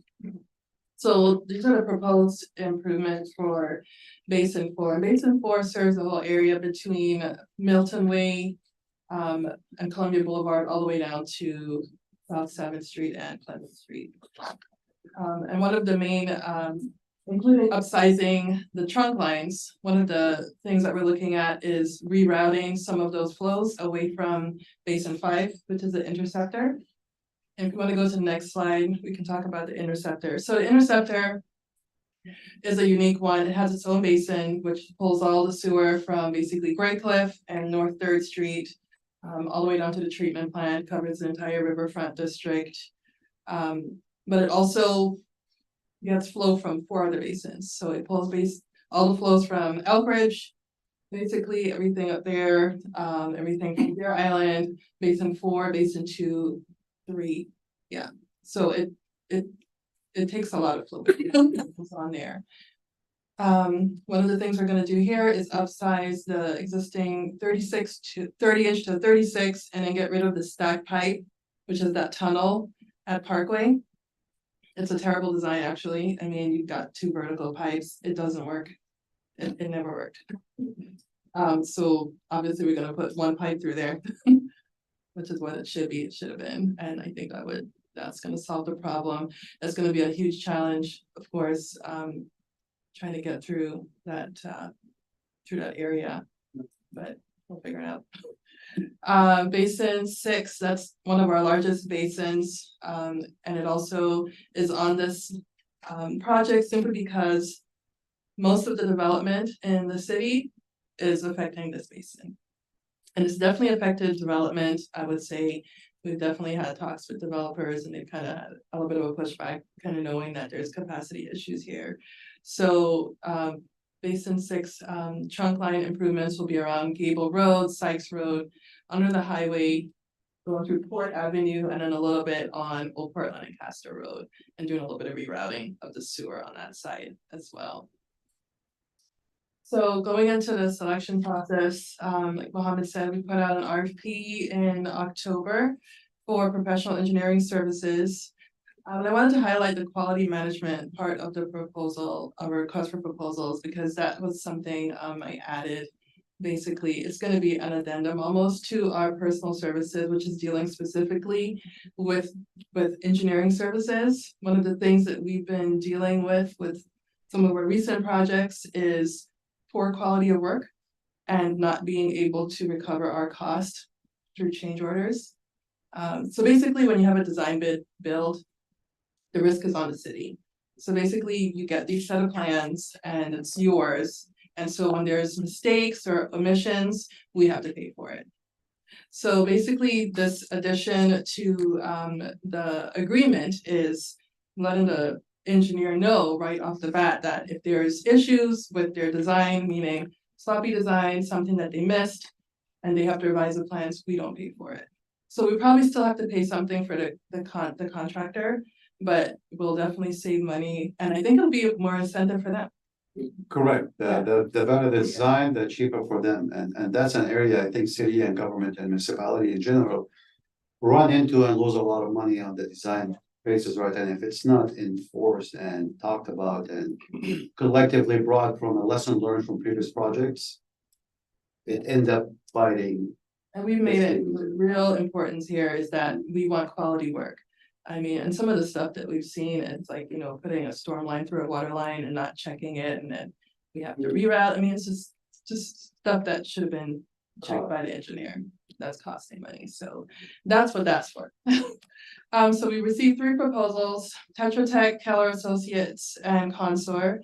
All 3 of these firms have done some work in the city of St. Helens at some point. Tetra Tech did some work actually on the tunnel years ago. I think Sue would have been the one that worked with them. Keller Associates, of course, they're doing the reservoir and they did the master plan update. And Consor, who used to be Murray Smith, they were the ones that actually did all the I&I stuff for us. And actually they did actually a really good job. And so going through with our proposal selection team and doing the interviews, our final selection was on Consor. They had, I think, one of the best and more robust quality assurance, quality control plans.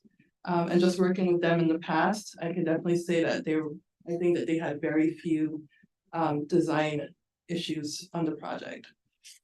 So that was definitely comforting. I think they could have all done a good job. I think Consor has definitely the most experience in the size of a project. And once again, that process was really rigorous and with a committee with a very diverse background to get to that solution and that choice. It was not chosen based on any work in the past. I mean, we have a great team that went through all the details with a lot of different technical topics in order to land to the right contractor that we need. And so just looking at the project cost forecast, so obviously we have that 2.5 million community development block grant, which will cover the design cost.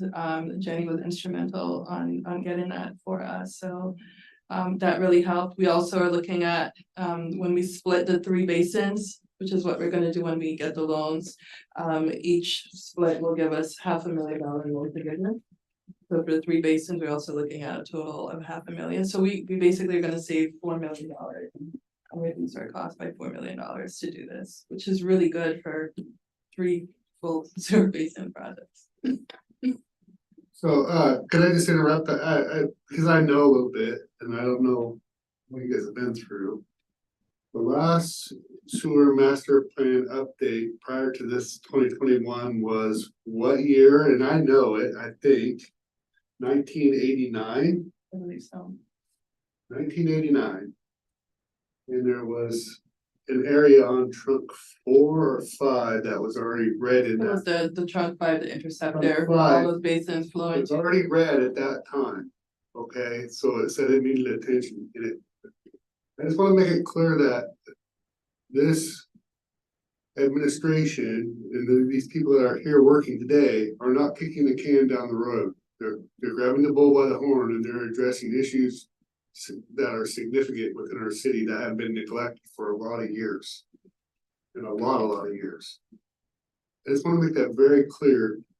Anybody also who may be listening in and to inform the council, if you are approached about the amount of money we spend. It's not, this is just one of many where our staff through engineering, through planning, identified issues and continue to, we continue to address them one at a time. This is a big one. I'm sorry to interrupt, but I just wanted to be. No worries, Mr. Mayor. Thank you for bringing that up. I mean, think about buying a house, right? You lived in your house for 10 years. There's things that breaks, wear and tear. Your systems need maintenance, proactive approach to make sure that you don't have to spend at once $50,000 on an item like a roof or a furnace that you never maintain, right? It's important to be proactive, changing filters around. Same thing, it's the same concept, just a larger footprint and more complicated tools and systems to deal with. And the city unfortunately have missed out on a lot of great things if you have approached that back since the 1989. Too many opportunities for projects, for funding, for there's a lot of stuff the city could have benefited if you approach. And then today you wouldn't have this massive web of so many basins failing all at once, right? Because the cost is tremendously. That's my point. Yeah, so, but nonetheless, looking at the past wouldn't help us. We're today here, we're approaching, we're doing our job as we should be, and we're making a big difference. So where we are today, kind of on a large scale steps, we are looking for the council blessing on this one to move forward. Once that happens, we're going back to refine the scope and fee and negotiation with the contractor and making sure we are all on the same page as of how this whole thing will work out. We'll execute the contract again with your blessing and approval, and then we'll tackle the design for the 4, 5, and 6 very soon. We got a lot of work ahead of us, and this is just one of many great projects on the horizon. Any questions on these projects? Because we're just gonna segue right into their next one, which is underground utilities in the First Street in the St. Helens Street intersection. Yes, okay, so First and Strand. Let's 2014. The master plan have identified some challenges on this intersection, so this is not new. In fact, first thing I heard about when I joined the city 3 years ago, this intersection, 2 stop sign, 4 stop sign, underground utility. So the topic is not new. There is a lot of concern about safety in this specific intersection on the operation of the First Street. There is a lot of technical transportation engineering issues that I personally noticed, but one of those things again, what can we do here to help? What can we do to make this better, right? Let's talk about it. We initiate some conversations. So in 2018, we have contracted with Carrollson Associates who designed the improvement for this intersection. And I recall looking at their options that they proposed. Interestingly enough, one of them was a 4-way stop sign that was not discussed and adopted. We pulled that and we start more conversations, and then we end up kind of landing on a really good choice for this intersection to improve it from many areas, operation and safety again. So just overall, background in September 22, we have contracted with Moore Excavation, who are currently the contractor on the entire street intersection and utility improvement for First and Strand, and we've been in action ever since. So a little bit on the timeline of this project. So the city had expressed a lot of interest in improving the intersection again, and part of the challenge with that is the utilities. Right? Utilities are a big deal of any city, county, or anywhere you go, right? There is a lot of complexity that comes in because there's so many stakeholders, such as franchise utilities, the Comcast, the Lumens, and the fiber and whatnot. And we looked at this as an overall opportunity, right? A lot of folks, stakeholders expressed interest. Hey, you know what? If you're going to be doing a project here, we would like to underground our utilities too, right? Can you let us in? The city has been very generous to allow that scope change to happen, which in return impacted our project a little bit, right? Because this was not part of the scope initially from the big project. And then, there's a lot of chatters about, oh, why the intersection is closed, why is this open, why it's not moving forward? Part of these discussions is how can we get this underground utilities within the open trenches that we can have? So we went back to the drawing board and we have had many discussions, very high level and very technical, with all the stakeholders involved, to bring, all these players on one room and to be able to agree and make this work for everybody. I think it's a massive undertaking. If you have never done project management on this level, this is a classic example of it's really difficult to make work. However, we have worked really, really diligently in the past. Again, few months has been a challenging piece of the project, but we have came to a great understanding and conclusion that we have designed the underground for all the utilities and the franchises to be included in the project. So we have put suspension on the specifically in the intersection to make sure we get the design right, and then we will bring this back, and this is why we're. So in September 2023, right before the Halloween, we have temporarily reopened the intersection to make sure the traffic continue to flow, and we have given that safety parameters for the community to continue operation while we finish the design, which we are 95%, I would say, with confidence or completed. For this one, we are basically tacking very minor comments now from our engineering department to make sure we are all. Sharon will talk a little bit to you about the design update and what have we done to address these challenges and where we are today as well.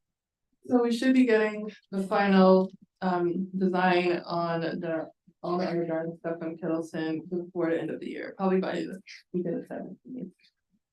We already gave them back our comments, and so like Mohammed said, this was it's a big effort to kind of get everybody's vaults in the right place and all this other stuff, and so that's the reason why we reopened the intersection. I've been very unwise to keep it in that condition with all the rain and all dug up without the work being done. If you take a look on that pole on the corner by the dark current, wild current, excuse me, I mean, people don't notice these things, right? The average Joe is not walking around looking at structures and all this wires, but it's a very complex operation to remove that pole, to underground these utilities, and those are very challenging to fit 6 different communication utilities in trench. Each have their own specs, their own engineering. Council Hubbard, you probably deal with this stuff. You have an understanding of what goes and how can you fit all that in such a small space. And as much as of a blessing to be city lives on the rocks here, it's a big problem for us tackling trenching and excavation for hard rocks in a space like that. And about rock. I do like to send a shout out for our contractor MEI as well, and their project manager Cal Hewitt, who has been very flexible on us, because this was outside of the scope of the project, and we had to really collaborate on a lot of things to make this work, and they've been really great to work with and have given us the opportunity to get the design done and now approach the next phases where we shifted our priorities in the project and moving forward. Thank you. So one of the agenda items for this evening is asking the council to authorize a resolution for an emergency procurement. And so what this does is it allows us to directly solicit quotes from contractors to do this work. It'll make it go a lot faster. And the whole purpose is to make it a lot safer. So if you want to go to the next slide, we'll go through them one by one. So basically, what we have right now is temporary traffic control, which is supposed to be temporary. So we don't want to keep the intersection like this for too long of a time. It's really not the safest thing for pedestrians. I've seen people run the stop signs. And so basically you have this unfinished intersection. So for safety issues, for public safety, we want to start moving on this. I mean, the intersection has been closed. It's been reopened basically like this in September. So if you go to the next slide, it costs money. It's costing us $25,000 a month to maintain the traffic control at this intersection. So the sooner we could start working on this, the cheaper it'll be for the city in the long run. The third reason is, it's been very difficult to secure competitive bids for this work. I'm not exactly sure why. We put out competitive proposals and bids, and we have not gotten anything really that we could use here. The one proposal that we got, it was incredibly vague. And if we went forward with that, we would pay an arm and a leg for something that we didn't want. So we rejected that one. We tried to go out for bids in June, no bids were received. So one of the things, if you go to the next slide, is if we were to go to traditional competitive bidding, that whole timeline could take up to 8 weeks. We have to advertise with the DJC. We have to give them about 4 weeks. And then you have to have notice of intent to award for a whole week in there. And it really pushes that timeline out. If we were to do that modified competitive bidding, meaning we could directly solicit contractors to do this work, a much shorter time, we can, we need this cost from you within 2-3 weeks. We'll know exactly what we're getting from them because we're talking to these people right away, and then we can move much faster. Contract wise, it'll be the same thing. We'll still do a public improvement contract because of the price on this. It'll just make our procurement a lot faster for this work.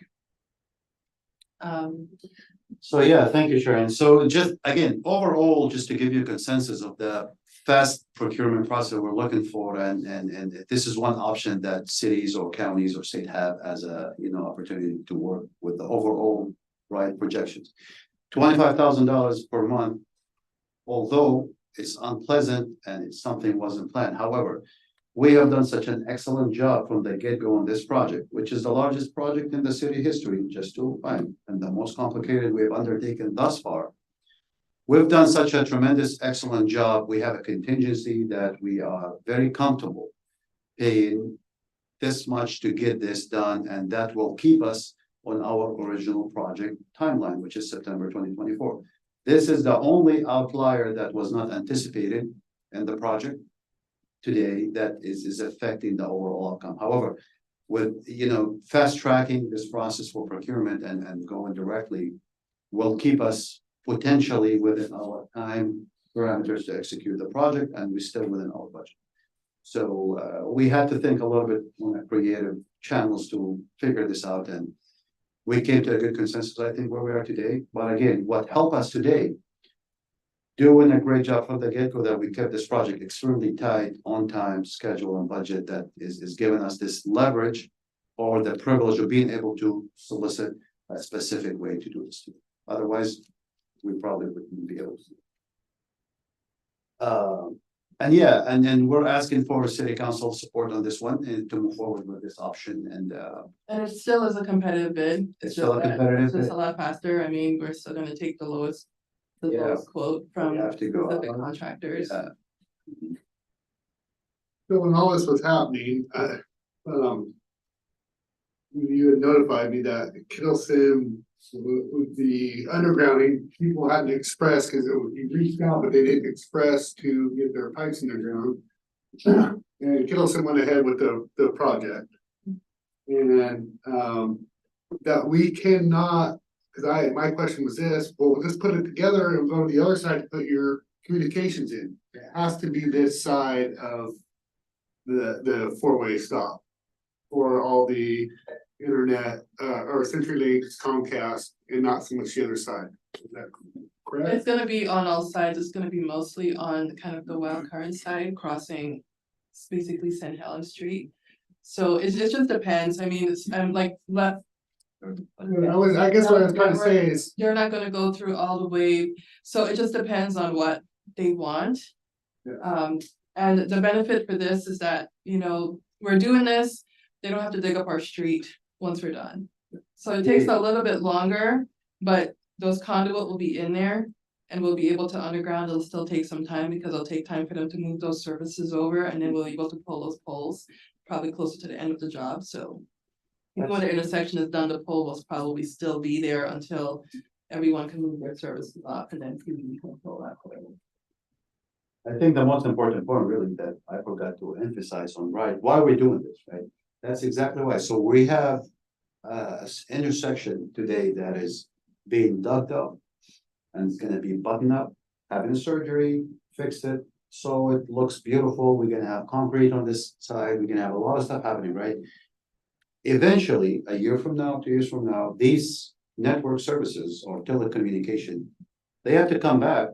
They have to dig this entire thing to put what they wanna put now. I mean, think about the cost, the time, interruption, safety, headache, again and again. Why do that later? I mean, we realize like this is the time to do it now. It's open. We don't wanna open this again. We don't wanna dig this concrete, right? Again, it's different than asphalt. This is more complicated to bring it back to, look pretty and very expensive, a lot more expensive. So that was the wisest thing to be done in the first place. I think this should have been considered the design at the initial stages. However, as we all know, this whole process started with different administrations and then, we got to a point where like, it should have been there. We caught it, now we're gonna fix it. But to fix it now is so much better than coming back and digging this entire intersection again to redo this work. It would be not very smart. And we have consulted with John again tremendously and he expressed as well. That this is the right thing to do it now, not to do it later. Any questions for Mohammed or Sure? Okay. We're gonna take a 10-minute break. We'll be meeting back at 8:21 and we'll go to our last two items.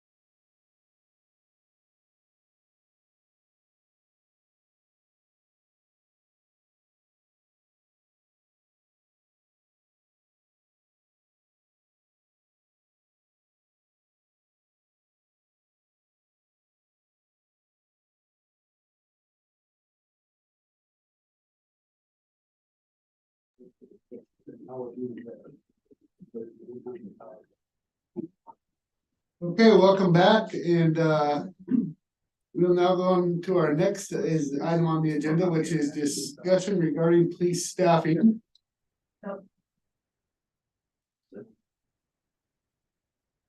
Oh, review new building permit technician job description. Sorry about that. I don't know, yeah, Kathy. I even had a check back too. Look at that. Balance there. Quicker, this is a holdover from a previous update of several job descriptions that was pulled out last minute. We thought we had the most current version, but it turned out it wasn't, and went back, worked with the union, worked with them, and fine tuned it, and it's hopefully not too controversial. This position was last updated around 12 years ago. This is the building secretary, I think was the position. And now we're talking building technician. This takes out the majority of the administration. It was building/administration secretary. And since she is much more focused on building, we took out the majority of the administration stuff and gave her the building permit technician title with, there's actually certification for that. Yeah. It's a desired certification within the job description. So hopefully, that's something that she could get down the road. Yeah. Who is it that currently has this title? Heidi Davis. She's been doing the job for a dozen years, so. Yeah. Yeah, And we've actually been working on this job description for a year. okay. Do you have any questions, concerns? I don't have any. It's been vetted and reviewed and accepted by the union. Checked all the processes a couple times over. That's on the agenda tonight for approval. All right. Not hearing any questions, so let's go on to our next item, 8, which is discussion regarding police staffing.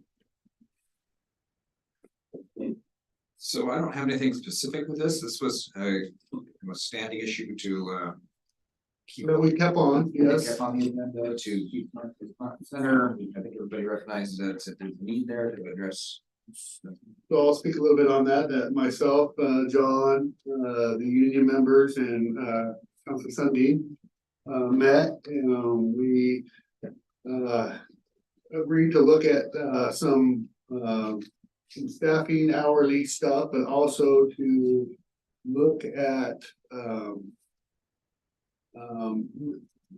filling some creating some positions for these retirees. And it's, and that's what it all boils down to. It's not the staffing levels as they're set. It's that knowing that what I gathered, correct me if you heard differently, is knowing that there's some light at the end of the tunnel from all the overtime because they're on burnout right now, but also the expected retirees, which are 4 or 5 of them. Was that correct? Was what you heard too, Councilor Sundin? So there was they expressed in that they're from their field talking to all the other officers is that they would like to see the $10 fee be 3 positions, and we hold off on the building of the police station. And kind of was actually a good conversation between all of us, and it made sense for our needs at this point in time. Agree? Yep. Well, I think it was a good conversation. I think they made it loud and clear that staffing is their priority right now, and they'd like to see those staffing levels brought to where they need to be. And I know it was mentioned several times, they'd like to see a plan and know what's coming in the future so that, like you said, they can see a light at the end of the tunnel. Yep. So we're willing to keep working through not so good conditions right now if we know that it's gonna get better, and there is hope. But so that's, I hope, what we're getting closer to. Yeah, and eventually they'd like to have a staffing level, but just even knowing that they could have 3 positions where they could start getting for the expected retirees is they're okay with that right at this point in time. So Still be a work in progress, probably a month out, but, to continue this discussion, and they're supposed to meet with us probably a couple more times we discussed. To, further look at also within their budget, what we can help within there too, and the, hours, and just look at everything through and be completely transparent, so. But, to be able to do that behind the scenes, because it requires, the union is set to either 8, 10, or 12-hour shifts. 8 kind of don't work, what we gathered through all that. They've made that loud and clear Yeah. too, that eight is not a good plan. It is ideal, there is some overlap, but they weren't opposed to 12s. And then they talked about hybrid and continuing 24-hour service, so. But maybe even a hybrid, but that would require a union acceptance. Okay, Did you look at your call rate and find out when they're needed the most and all that? and then that's all the stuff we could, yes, talk about, yep, so. Chief Greenway had intended to be here, but he got called away on a family issue they had to take off with, but I know that he's been meeting with Sheriff Pixley to talk about relationship building, and just what kind of opportunities the sheriff with their new levy. In 24-hour service. Yeah, what possibilities are there? Yeah. So with this proposal, this will cover the retirees, right? We'll be able to staff. It would backfill them till they retired and then they would roll into their. And correct me if I'm wrong, the $10 service fee would add 3 new positions, is that what it hurt? It equals to about, yeah, because it equals to 610,000 a year. So that's what we see, but we also would like to. I think we need to look at their budget. I think there's still a position there, and if we don't do that due diligence and look, sure, shame on us. Right?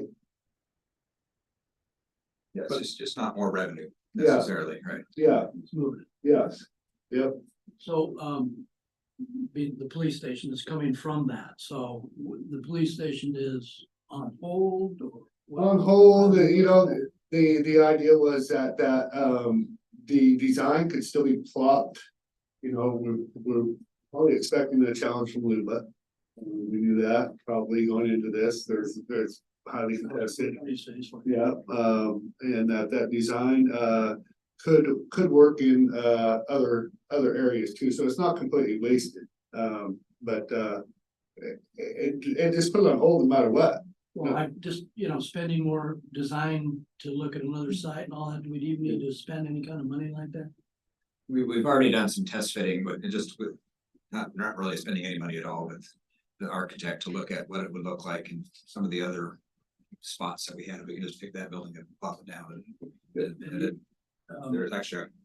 You contracted with Howard S. Wright for building it? We have, Are they on hold or is that? CMG, everything right now is on hold with the project, just waiting through this appeal period, getting direction from the council on, what direction we're going. This is a decisions happening right now or will be made to redirect those resources towards staff instead of the construction facility. We'll have to find a way out of those contracts. There are also going to be some definition changes to the public safety fee ordinance, implementing ordinance, and it's not a lot. It just broadens the use to pay for staff rather than just the construction of the facility. So there'll be a code provision around that. And the architects and construction managers, everybody that's all queued up and waiting to work, and I've let them know that this is potential coming. Yeah, but there's no liability for them to be backing out of this contract. It's pay as you go at this point. Yeah, we have just hours that you're billing. It's an hourly. Because the ongoing cost is still gonna come around and. Not once we stay strong. Yeah. But so it was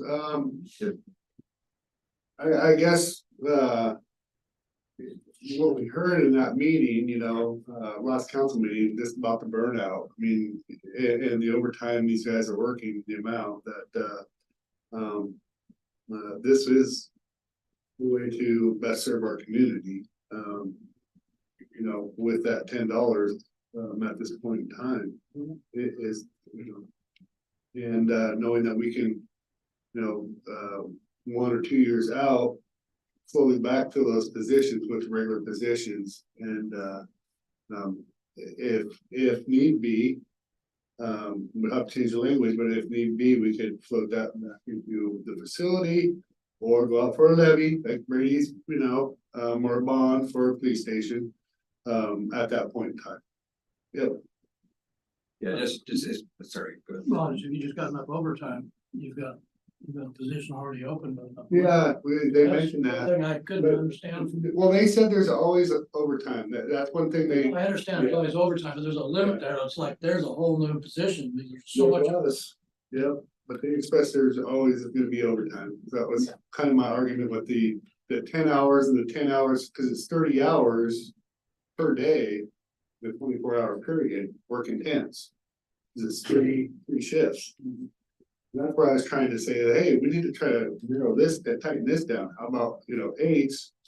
The 8s didn't work, and we heard why. But 12s, but maybe even just a hybrid of, so we're waiting to a few more discussions, but just want to bring it to you guys' attention, because we had that. It was an idea that was thrown out, so I think we'll have to talk about it a lot more, and Chief Greenway was out of town, so I'd like to have him here next time. And keep the discussion going, see what. But according to the union reps, they liked the idea and they thought it was worthwhile. Yeah. Body that we're building. Just from a budget perspective, the $10 doesn't fully pay for the service on the facility. So if we were to go continue construction with the facility, there would be an additional about 140,000 of general fund money just to cover the debt payment. The $10 as it grows and our population grows will catch up with that. But it just adds to the budget. Whoa. Okay, if we were to move forward, it makes a lot of, from financial perspective, it makes a lot of sense to hold. Yeah. None of us, as much as some people don't, there's a few that don't think though, none of us had any control over Cascade announcing closure early spring. That's what it was, of the number 3 machine and the scalping plant. Not till what, 2 months ago, the number 2, or 2.5 months ago, the number 2 machine, which was still all tax, right? They were here, so that's gone. So, yeah. But I mean, the city doesn't control that. When we met with JD, you and I and John, they made 1.6 billion last year. This plant and Scalping's plant was very profitable, and they had mentioned they had shut down 11 plants. And they got more profit. Yes, and they got more profit. Yeah, that's true. Yes. So it was not anything that we did as a city to run them out. It was strictly a financial decision that they made to do it. It was nothing to do with the city. So Final decision on that for the city to hold the auction. so we waiting on the attorneys still, we had to. I was gonna touch on that in my report. Okay, but we might as well segue into that because we're kind of out of the police discussion, so I think this would be a great time to talk a little bit about it. Sure, I have this one. Been asking about it, why isn't it on our agenda? And John wants me to go in right now. And so we have the termination agreement with Cascades Tissue has the terms that we've tentatively agreed. Both attorneys have been working on it. I've seen a rough draft. It's when it's in a draft form, and there's a lot of blank spaces on it, but as of yesterday, they were in office meeting to discuss the terms, the environmental issues, the departure, the permit transfers, all the things that were enumerated in the draft language, and I will get that out to the council as soon as I can. And even like the needs to the equipment that really behind too, right? I think all that. Yeah. Yeah, there's quick claim deeds, there's Yes. a lot there, and but it will guarantee be ready for next the next session, because we have to. We're all targeting the end of the year, otherwise. Well, it's their benefit of tax incentive for Cascade. Yes, yeah. Oh, huge, yeah. Yeah, they very much want to be out and have this wrapped up by the end of the year, so. we can do A special meeting or whatever, it needs to be, will happen. And we'll bring Aaron in, to talk a little bit about, some of the concerns about the tour too. For next week, too. Yeah. You and I heard, but the rest of the council didn't hear. about Yeah, I've the heard Small project. talk on that, that was very Yeah. insightful and. Yeah. I mean. Knowing what I've heard, with the. From solar. Yeah. Project Frank. Yeah. But he's the key. Yeah, and they've been, Aaron and the crew out there have been working through all of the cleanups, all of the checklist of items. I'm getting reports on that. Those are going into the, routed into the donation agreement. Everything's happening, it's just not right there yet. And up to and including the auction, one of their roles is to facilitate or assist the city with this, but to put us in connection with the auction people, and they're coming tomorrow morning. 8 o'clock. We're gonna meet out at the mill, and Roy's gonna join us out there and kind of do a walkthrough of, this is a company that Cascades has used on other auctions around the country, so they have a good working relationship. They're gonna continue the contracts or documents or anything like that, but we're targeting January or February for an auction. There's a little bit of time sensitivity around. There's no season to do auctions, apparently. The equipment doesn't get any younger, the longer it sits, the less it potentially has as far as bearings. And also, they just done 11 auctions of the same equipment, so the market is probably not. Yeah. That's true. That's a good point, Russ. That's true. Yes. It's not just the 2 paper machines we're getting in this, there's lots of equipment, machinery. Oh, yeah. There's a lot of stuff collectively. It's amazing how many motors they had. I mean, you guys all got to see it, right? Yeah, it was incredible. Yeah. They need that little backup motor. Yeah, Just so they won't stop, We'll have a lot more by next meeting. A lot more about what the auction looked like, recommendations with that.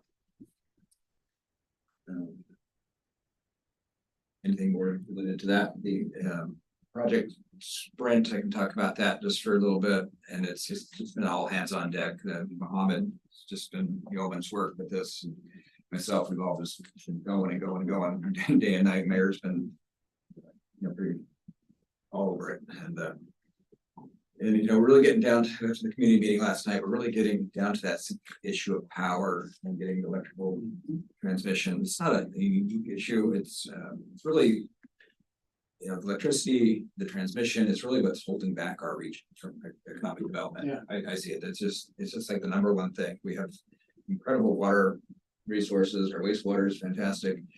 Ample land. And we have vacant land all over, good access. And it's really the access to electricity.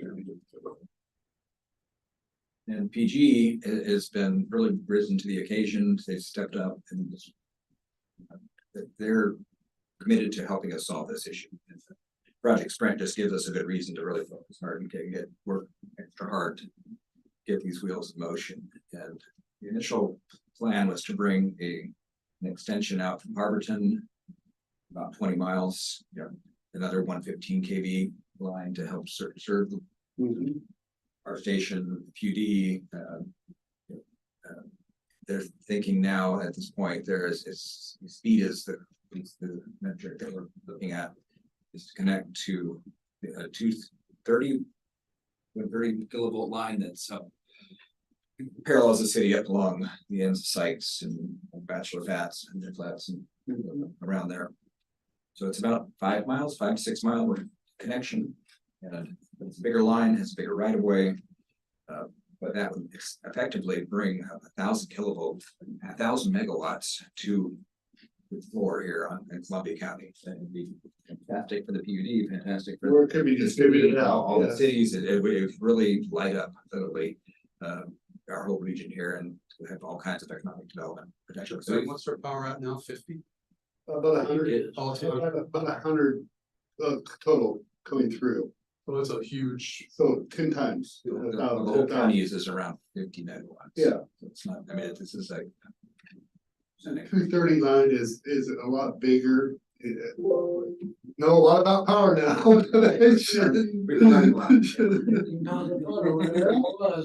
It was impressive, wasn't it, when he said that? Yeah. So there's. I'm just gonna say the PUD, it's PGE and the PUD now are. Yep. Really getting together, which has never happened before. So it's really good to see because Michael likes Dynamo. Yeah, absolutely. Yep. And it is very receptive to, it's gonna take a big team effort. I can speak a little bit on this. From multiple county commissioners to city staffers to the port. PUD, of course, Mike Sykes with the BUD economic development, they have a little bit of money there, they can help out. Facilitating, the experts. It's gonna take a collaborative effort by us elected officials to make this happen and to educate the public of the need of it and why it's so vitally important. Route they wanna come. Means that it has to be wider because of the bigger power source, it's a wider easement. Requires buying property, people down that route. Private properties, yep. So that's the hard one because you got so many different owners, I can't imagine how many it'd be. But by hiring an expert, you and I would look at it and go, oh, right there's the quickest path. The experts say no, because they'll start doing that quickest path and they'll see something, they'll say, all right, let's go to look at this differently. And then, so that's because we had asked that too, CED made it very clear that they've had to do this before. And that this is the way to go, but they don't have the time, and then we are faster at it, acquiring it. Than they would be. And it would help. Yeah, I feel like we have all the right people in the room and you know, that this is a problem that's we're gonna work together and prioritize and hopefully solve and meet with the timeline. It's doable in the long run. We're looking at a short path to try to get done as soon as possible. But Project Sprint still seemed to be very receptive to what power we have available to continuing to start knowing that it would be coming too, so. That was gonna be my question. Yeah. Can they potentially start? Seemed a little discouraged, but they were appreciative that we were at least honest and we had a big team on it working, is what I heard. I think that was appreciation was what, it didn't sway him, but he just knew. You can only give him so much. Yeah. Power wise, so he had to deal with that and think about what he was doing, he was having like conferences this morning with other people and. He was running out the room. Yeah. Yeah. John, the mayor were like, oh shit. Yeah, I think it's.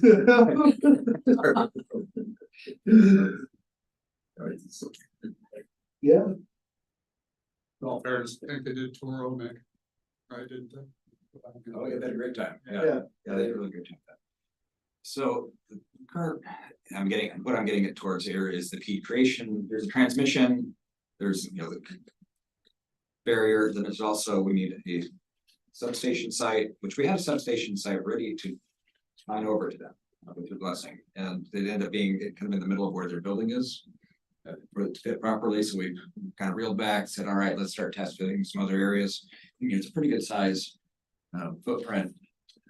This 230 will have an even larger footprint, frankly, I think. It's so, you know, we've been looking at different areas to put it. I think we've got one that works. I wanted to kind of share that with you. And, That's all the other day. I believe so. And good.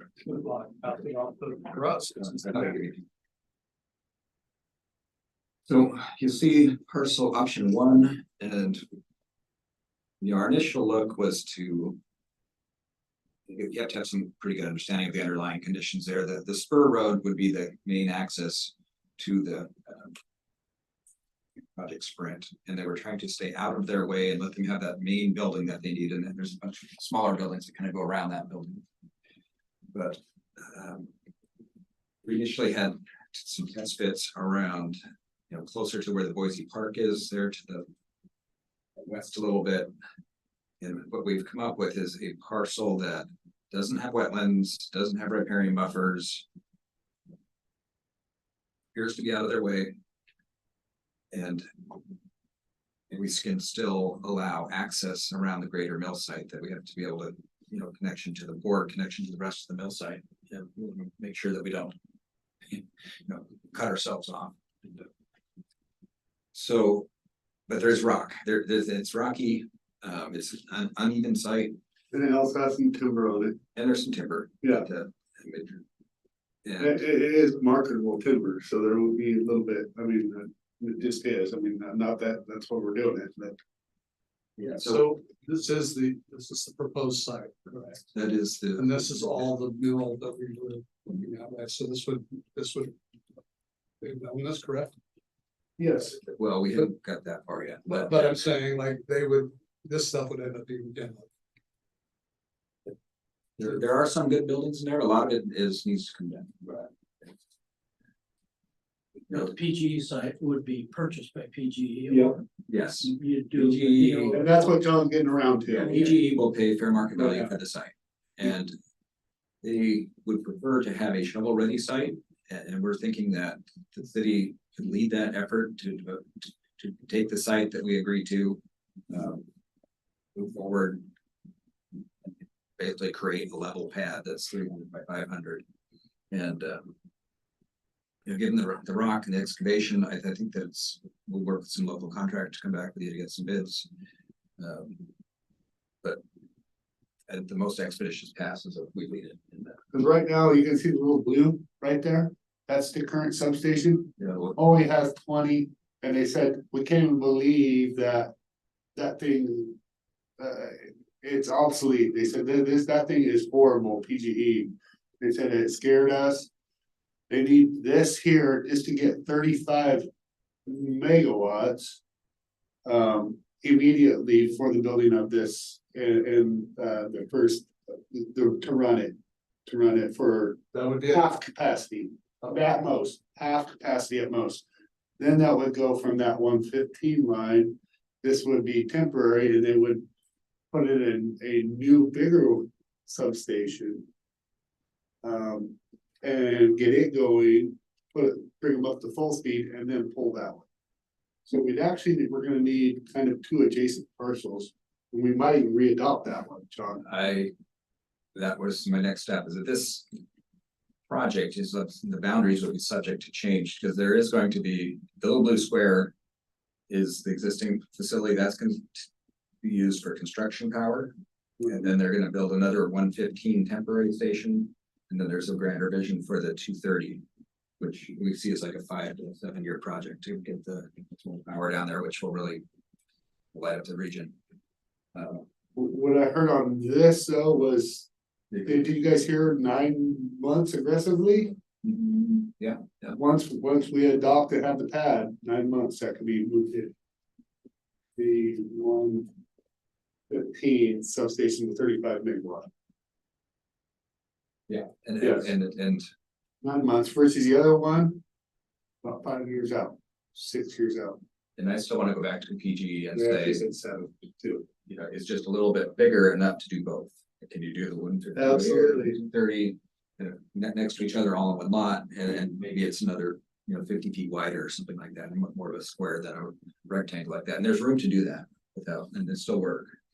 That location also good to service the rest of the area. It is out of the way as much as possible. It gets more complicated just because of the rock. And that's what I was just curious of, John, was the line that comes down, are we shooting ourselves in the foot by having them run line over there or not? Because the line comes down Castor, where it says road on the map. It comes straight into the mill, basically, or straight over to the substation there. From there to the blue. So that's what I I'd have to work, just put up some tent poles and go around the building or over the building or. Okay. was just my whole question on that. And, you know, Not a big deal. this footprint represents what we feel is like the most buildable, likely and easiest to build. That's the amount of mitigation and wetlands and things.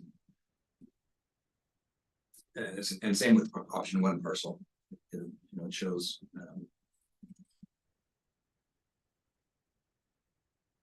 the change a little bit, but our objectives are to maintain site circulation, meet their needs, meet Project Sprint's needs, both in the building footprint and in the, you know, PGE's needs with the parcel there, gives them the separations they need and the sizing that they need. And for the city to lead it, because I think that's, you know, we've already looked at doing some of that on the other side of the mill there to level off some pads, and it wasn't insurmountable. We can use, at the end of the day, PG's gonna pay for it. I like parcel one because it keeps stuff away from the port side, because it's still deep water port. It allows us to potentially have either an expansion of this facility or a completely new business that could come in that maybe is a port related business. So that's why I choose parcel one over parcel two. Yeah, the warehouses that are there would likely, whether they're rail dependent or what, they would outdoors, at least outdoor storage at a minimum is gonna be valuable right there in that location. Yeah, that's right, rail too. Correct. Yeah, just tucking it back close to the park. Park, it wouldn't really affect the park right there. Trails could be within the buffer if you want to have trails down and along there. Access, I think that's a preferred option. Does that size include what they're talking about the road all the way around it? That's what he said. It does, yeah. It's 3.5 acres. When you look at it relative to the blue dot there. It's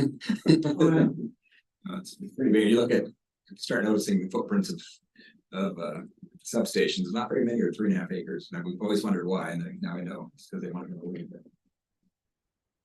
But they can't order this until they acquire the property.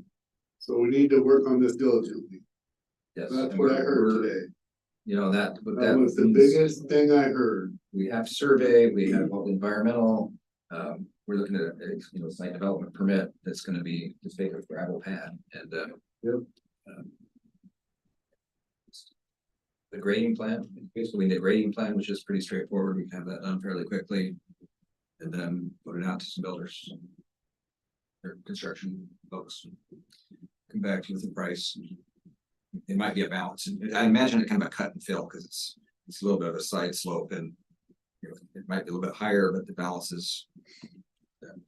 There's actually. Get a bunch of dirt. We'll take, That's all. no, it's all rock. That's all it's rock. I'll take you down and show you. Smooth right to the I'll take surface. you down. Kick off the We'll moss kick on back top. there, yeah, you'd be like, oh, yeah, I'll see. It's pretty cool back there too. Yeah, so we'll chop around back there. And this orientation allows us to get around it too, so we can, there's several acres of high and dry property on the back. So. Yep. Hey, Is this something that we can make available to people at some time? Because, you know, anybody listening to us right now, they're not gonna have any idea what Yeah, we're talking about. This is all coming up the last couple days here. I don't think there's any sensitivity to this footprint size.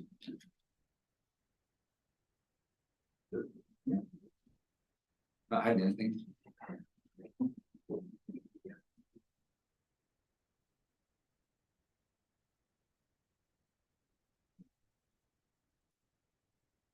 Jenny, kind of random order here. Jenny, in her planning report earlier, talked about 60,000 economic opportunity analysis grant from the state. Next meeting, December 20th, we'll bring you back a personal services agreement. Our procurement process has anything less than 100,000 could be a direct appointment. Eco Northwest is kind of the recognized leader in this field. Beth Goodman that's worked for us before. They helped us write the grant. So we're hoping that you'll waive that process. It's not required. Just do a direct appointment to Eco Northwest. And, Otherwise, it'll take a little more bureaucracy to go through a couple month process on. So explain a little bit more on exactly what that is. You know, I didn't wanna, It's something that is like buildable lands inventory, like the water plan, like sewer plan. It's a document that's recognized by the state as your economic opportunities and, you know, talks about resource lands, it talks about, industry, and the kind of industries, what do we want to attract and what's our strategy? That's why we're talking Cascades leading, but this is timely to do that, so we can look at the next use. sure, so it's something that people can be handed and said, this is our opportunities. Sure. And this is what we see would fit. It's not a plan directly, but it's kind of a menu. Okay. Industry clusters, you know, like OMIC has over there, they're going a certain kind of flavor over there with their innovation center and all that, PCC. And last meeting, Gloria and I presented the Cascade closure budget impact memo. It was, you know, about $1,400,000 impact to the budget. Last week, I sent out a memo to all staff and copy the council on those impacts, along with the, you know, the wind down of ARPA funds and just the state of inflation and everything else that we're kind of experience here, and just asking the staff for help, really. You know, give us some ideas of how you think we could be more efficient, cost efficient. Is it's a reduction in expenses, it's increasing revenues, you know, at some level increasing and expenses, you know, helps kind of balance the equation. And we've had some concepts, in the goalposts, I see two sets of goalposts here. One of them is to not go lower than the 15% minimum reserve, and then you have, as a council, have the policy of 20% as your minimum reserve. You know, just a few years ago, we had 30. We've been kind of a, you know, kind of pull back on the yoke there. In dollars, what that means is about $1,620,000 is our estimate of getting back to 15%. And if we want to get full back to 20, it's another 480,000. That's 1.2 or 2.1 million. So, you know, that's a lot. It's a really big impact to our budget. And doing things like not building a police station moves over quite a bit of revenue. There's going to be more expense with that too. And there's a menu of options, and we're hoping that through the budget process, and traditionally through the budget process, even before we get to budget committee, staff is working to get as close to a balanced budget as we can for you to consider. And then it'll show, you know, additions and subtractions and choices. And some years that's pretty easy, and this year is not going to be so easy. So we wanted to get that out to staff. There's, you know, potentially a reduction in staff, and in some instances, like it's just imperative. We're not on our current path. We're going to have no reserves. Well, so I just want to speak a little bit on that. Some of it was ARPA funded, all right. So we hired people under ARPA funds. We knew that was getting ready to go. We didn't anticipate layoffs, knowing this was coming. I think a year and a half ago, knowing that, you know, that you don't try to fund positions with temporary money. And so also we did not expect the closure and not using it for anything. I mean, we didn't force Boise to say they're, you know, up and shutting down the machine in April of, may have been March of this year. And shutting down their Scout Peace plant, and then we sure didn't have a role in them shutting down the number 2 and finally leaving. But so we anticipated that coming, and we knew that we were going to be on a tight budget anyhow because we were short last year. And but we also knew we had a vision of hope with waterfront redevelopment that will slowly be following this. Eventually, we will be able to work our way out through economic development of the waterfront alone. And what that brings, and our industrial properties that we own, and the city also has a couple developable pieces of land. One being Millard Road, the other being Jacobs Bluff. And we actually have another one, Maple Street, but it needs improvements done to it. So I mean. We'll work our way out of this, but it's not gonna be good. It's gonna be a rough year. That's just, there's no getting around it. Yeah. And we're not the only ones facing this. There's a lot of communities that are really facing some pretty severe, inflation on top of it, driven costs and of everything up. Employee costs, all of it. All to say that this is, given the gravity of this, we'd like to usually get started February, March, kind of the budget process to really move that process up to give a lot of time. And talking with Gloria, the next meeting will propose the budget calendar. He's targeting January 11th as being the first budget orientation meeting, which is a couple of months ahead of our past. So bring up a good point. I know, is Bill Monahan still with us? Yeah. Okay, because of the budget process and I just wanted you to talk a little bit, Bill, about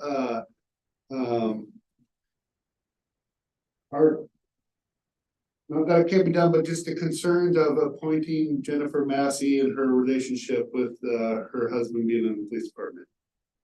Bill, can Yes. you Yeah, can you hear me? Yeah, we can hear you. I'm not sure I can get my video going, but I'm not sure if you need that. Yeah, I was asked. We don't, Bill. We can hear you. Okay, thank you.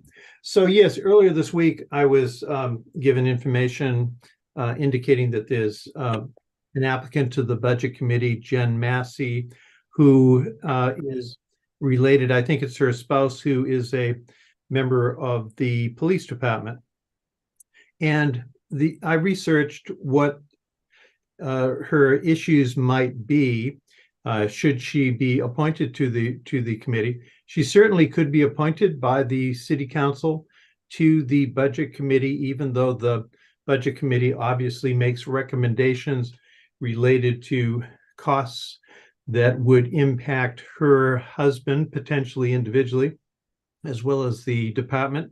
There have been many opinions written over the years by the Ethics Commission on an individual set of facts that someone such as in her position has been presented, and they've received guidance as to what type of conflict of interest they might need to declare.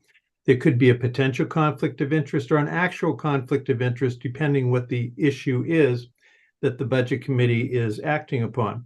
But what I wanted to emphasize to you is this is not an uncommon thing for an individual who has a relative be a member of the city staff, that their particular salary or a reclassification or the budget of the department, possibly increasing staffing positions or promotional opportunities or potentially layoffs, all could be considered by the Budget Committee. Should she be appointed to the Budget Committee, she'll have to make individual declarations each and every time an issue comes up that could potentially or actually be a conflict of interest. As you all know from the trainings you've received, if it's a potential conflict of interest, there's a necessity to make a declaration at each meeting where the topic comes up, and a person would be able to participate. If there's an actual conflict of interest, the person would not be able to participate. So for instance, if a member of the city council, for instance, were acting to approve the city's budget, and there were a department that someone's relative were a member of that department, and there's going to be salary increases that could affect their relative, the council member would ask to not participate in the vote related to that budget, that department's budget, but they would be able to participate in the overall. In the overall. Yeah, and your finance director will help you and create separate sets of votes so that as long as there's advance notice, so that a person can take part. And that would take place also in the budget committee. But of course, we know the budget committee is acting to approve a budget to send on to the council for final action. Okay, great. I just knew we seen this coming and we knew this would be an issue, so we wanted to get the expert Bill Monahan on it and give us the insight. Yeah, and actually I was able to do some quick research, and I sent John a copy of a 2021 Columbia County question related to a county commissioner in pretty much the same situation. The facts aren't exactly the same, but the advice that I give to anyone who is in a position that could have an actual or potential conflict of interest is that they should contact the Ethics Commission with their specific set of facts before they engage in any action. So should she be appointed, my recommendation is that she be given a copy of the Guide for Public Officials that was prepared in April of 2021 by the Ethics Commission, so that she can review it and know what her obligations are. And when there's a specific issue, if she's not comfortable understanding what her responsibilities are, the Ethics Commission staff is there to provide guidance. Great. All right, thank you, Bill. You're welcome, Mayor. Last year, I contacted the Ethics Commission for the same reason, with having a family member working for the city, wanted to make sure. Yeah. Okay. And you got the same kind of answer like he said. Yep. All right, great. Yeah, thanks, Bill. I made a note for that. You're welcome. So back in COVID days with the ARPA funding, one of the projects we invested in, and we tried to split our investment into human capital and physical capital, and that half, one of those projects was the investments in broadband, because there's so much federal focus on broadband, to getting a place where we could have a permit or an application that could be leveraged for a public-private partnership to bring resources into the city, help ignite Columbia County, because there's a lot of Columbia County that's very poorly served, and a lot of even some areas of the city aren't terribly well served. The county or the city put $80,000 towards that. We got to we did several projects, needs analysis, assessment, and we're down to the point where True, agree. all grant. I just want to make sure. Investment, like what? It's through a grant. It's other people's money. And it was recommended that you do these types. It's infrastructure. And there's still some money left on it. There's still some money left. And there's a lot of money out there. There's $680 million out there. The cities of Hermiston, Jefferson County, Michael Curry with Strategic Network Group has been helping a number of communities, both in Oregon and around the country,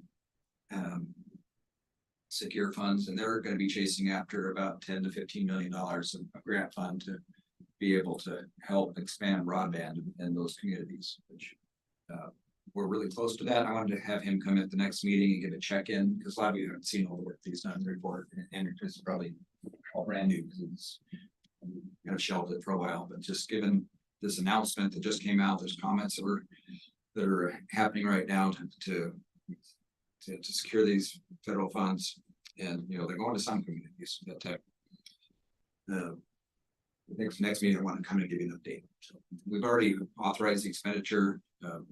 We could stop, but for a little bit more, we get to a place where we have a very competitive ask. You can have an ask, yeah. The business case so far looks really positive. That's a prelude to what next meeting we'll have him come. It'll be virtual. Christmas ships this Saturday. We'll gonna be, I think, all the usual things, music and all that out there, hot cocoa, that kind of thing. We'll be feeding the captain's dinner. Come on down, it's a good time. Tourism will be tour, yes, tourism. I'm so scared of our budget now, I'm telling you, making sure everybody knows exactly where the money's coming from here on out, John. It used to be all the restaurants would go and donate food and they'd come in here and just take over this room and. Yes, Yeah, so it was quite an ordeal, quite back in the day. And we appreciate they coming down. It's their biggest. They have only a couple of nights where they combine the fleet, and this is one of those times where the two fleets meet up, their biggest events. Going around here and down the coast and across the river to Columbia's. So it says the two events, the Columbia, But you got it? the Columbia River and the Willamette River. Did it for 3 years. This is, I've been out on the boats while it's going. yeah, it's different when you're in the city because you get all the lights. And when I was doing it down here, we don't have enough city lights to light up the whole river. Yeah. Like Portland does. And so you're out there and it's pitch black. You're following some Santa Claus ahead of you, wondering who's behind you. And then they take you across the river with a shipping channel. Yeah, it's fun times. Yeah, the radio communication going on, looking Oh, for yeah. barges and ship traffic, and yeah, it's very different when you're in the boat, than it is enjoying it from the shore.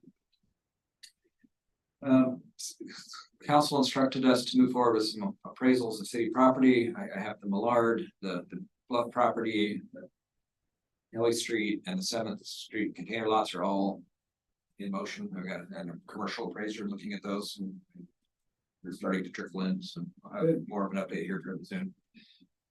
They had like a month or so, 4 to 6 week lead on that, some of that, so. Yeah.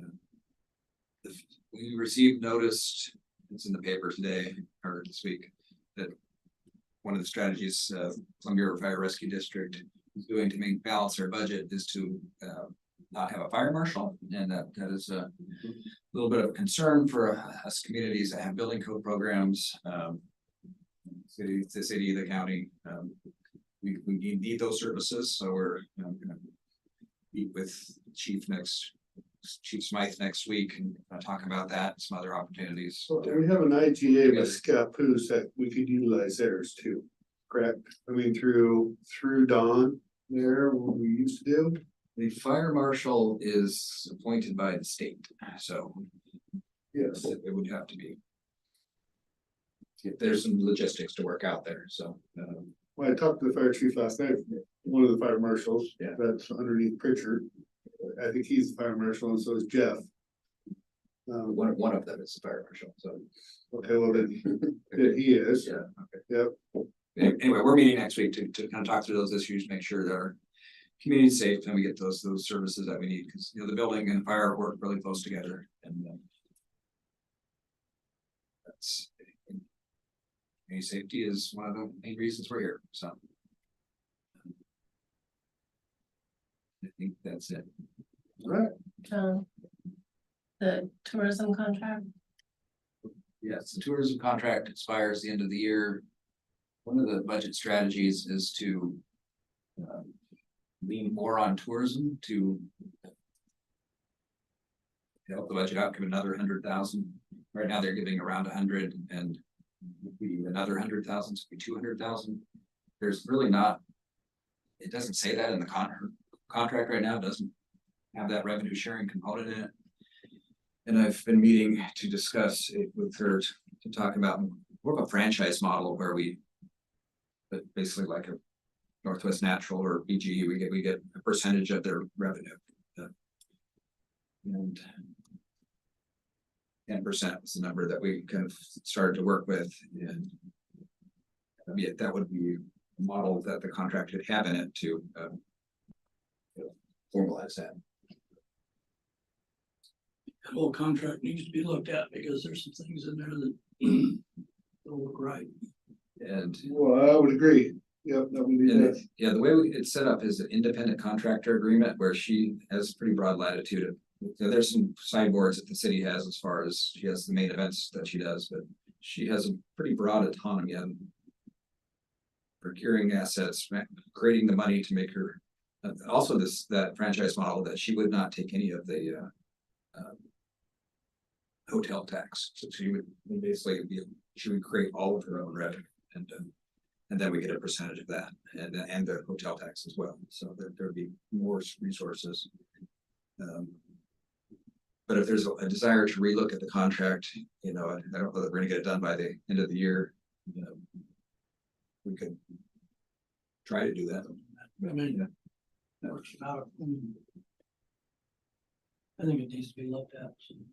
And we did get a pretty good overhaul the last years ago. Yeah, if there's a group that wants to sit down and work on it, I'm be happy to do that. I wanna say it was 2 years ago, but it might have even been 2.5 years ago, because I remember. The warning from the attorney as far as not getting too deep into, Yeah, because they can become a city employee. being that bright line of. Yes. Or it's not that bright. So, but I agree. I agree. Yes, yeah, and I think there needs to be some things looked at and tightened up and.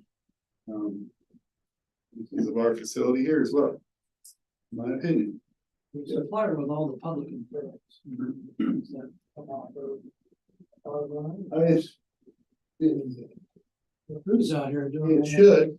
Stuff, but that's not. It was audited, it was audited a couple of years ago, and I don't know where, you know, where that would fall into there. That's a big question. Yeah. Every time we're working for her on her projects, that's taken away from. Yeah. It's been a lot less in the last couple of years. But yeah, there's some things as far as putting equipment on the building and some things like that, that. That's. You know, some that are out rationalization for. Another 100. Or, yeah, more of that revenue. Well, it's, I think, in the county instead. And we have done, cost accounting and trying to keep track of those expenses over the years too. So. But we definitely need to look at this hot and heavy then, I mean, soon, because there's been a lot of questions about it surrounding it too. And if there's a desire to do a RFP, I mean, Well, I think we need to look at the contract first. Yeah, the contract, yeah. RFP. Yeah, okay, but I'm just saying, if there was ever going to be a change, we need a pretty good lead time, because tourism's big. Pretty meaningful to this community. Well, Yeah. During the next couple of months, how much activities does she put on? After Christmas. There's not a lot, but it's still year round, there's Oh, yeah. always I working on, understand. yeah, this long lead. You can understand if she's waiting for a contract. Yeah. Yeah. Anybody, any contractor. Okay. Thank you, Kathy. For bringing that up. Okay, we 5 or 7 o'clock. I was just saying.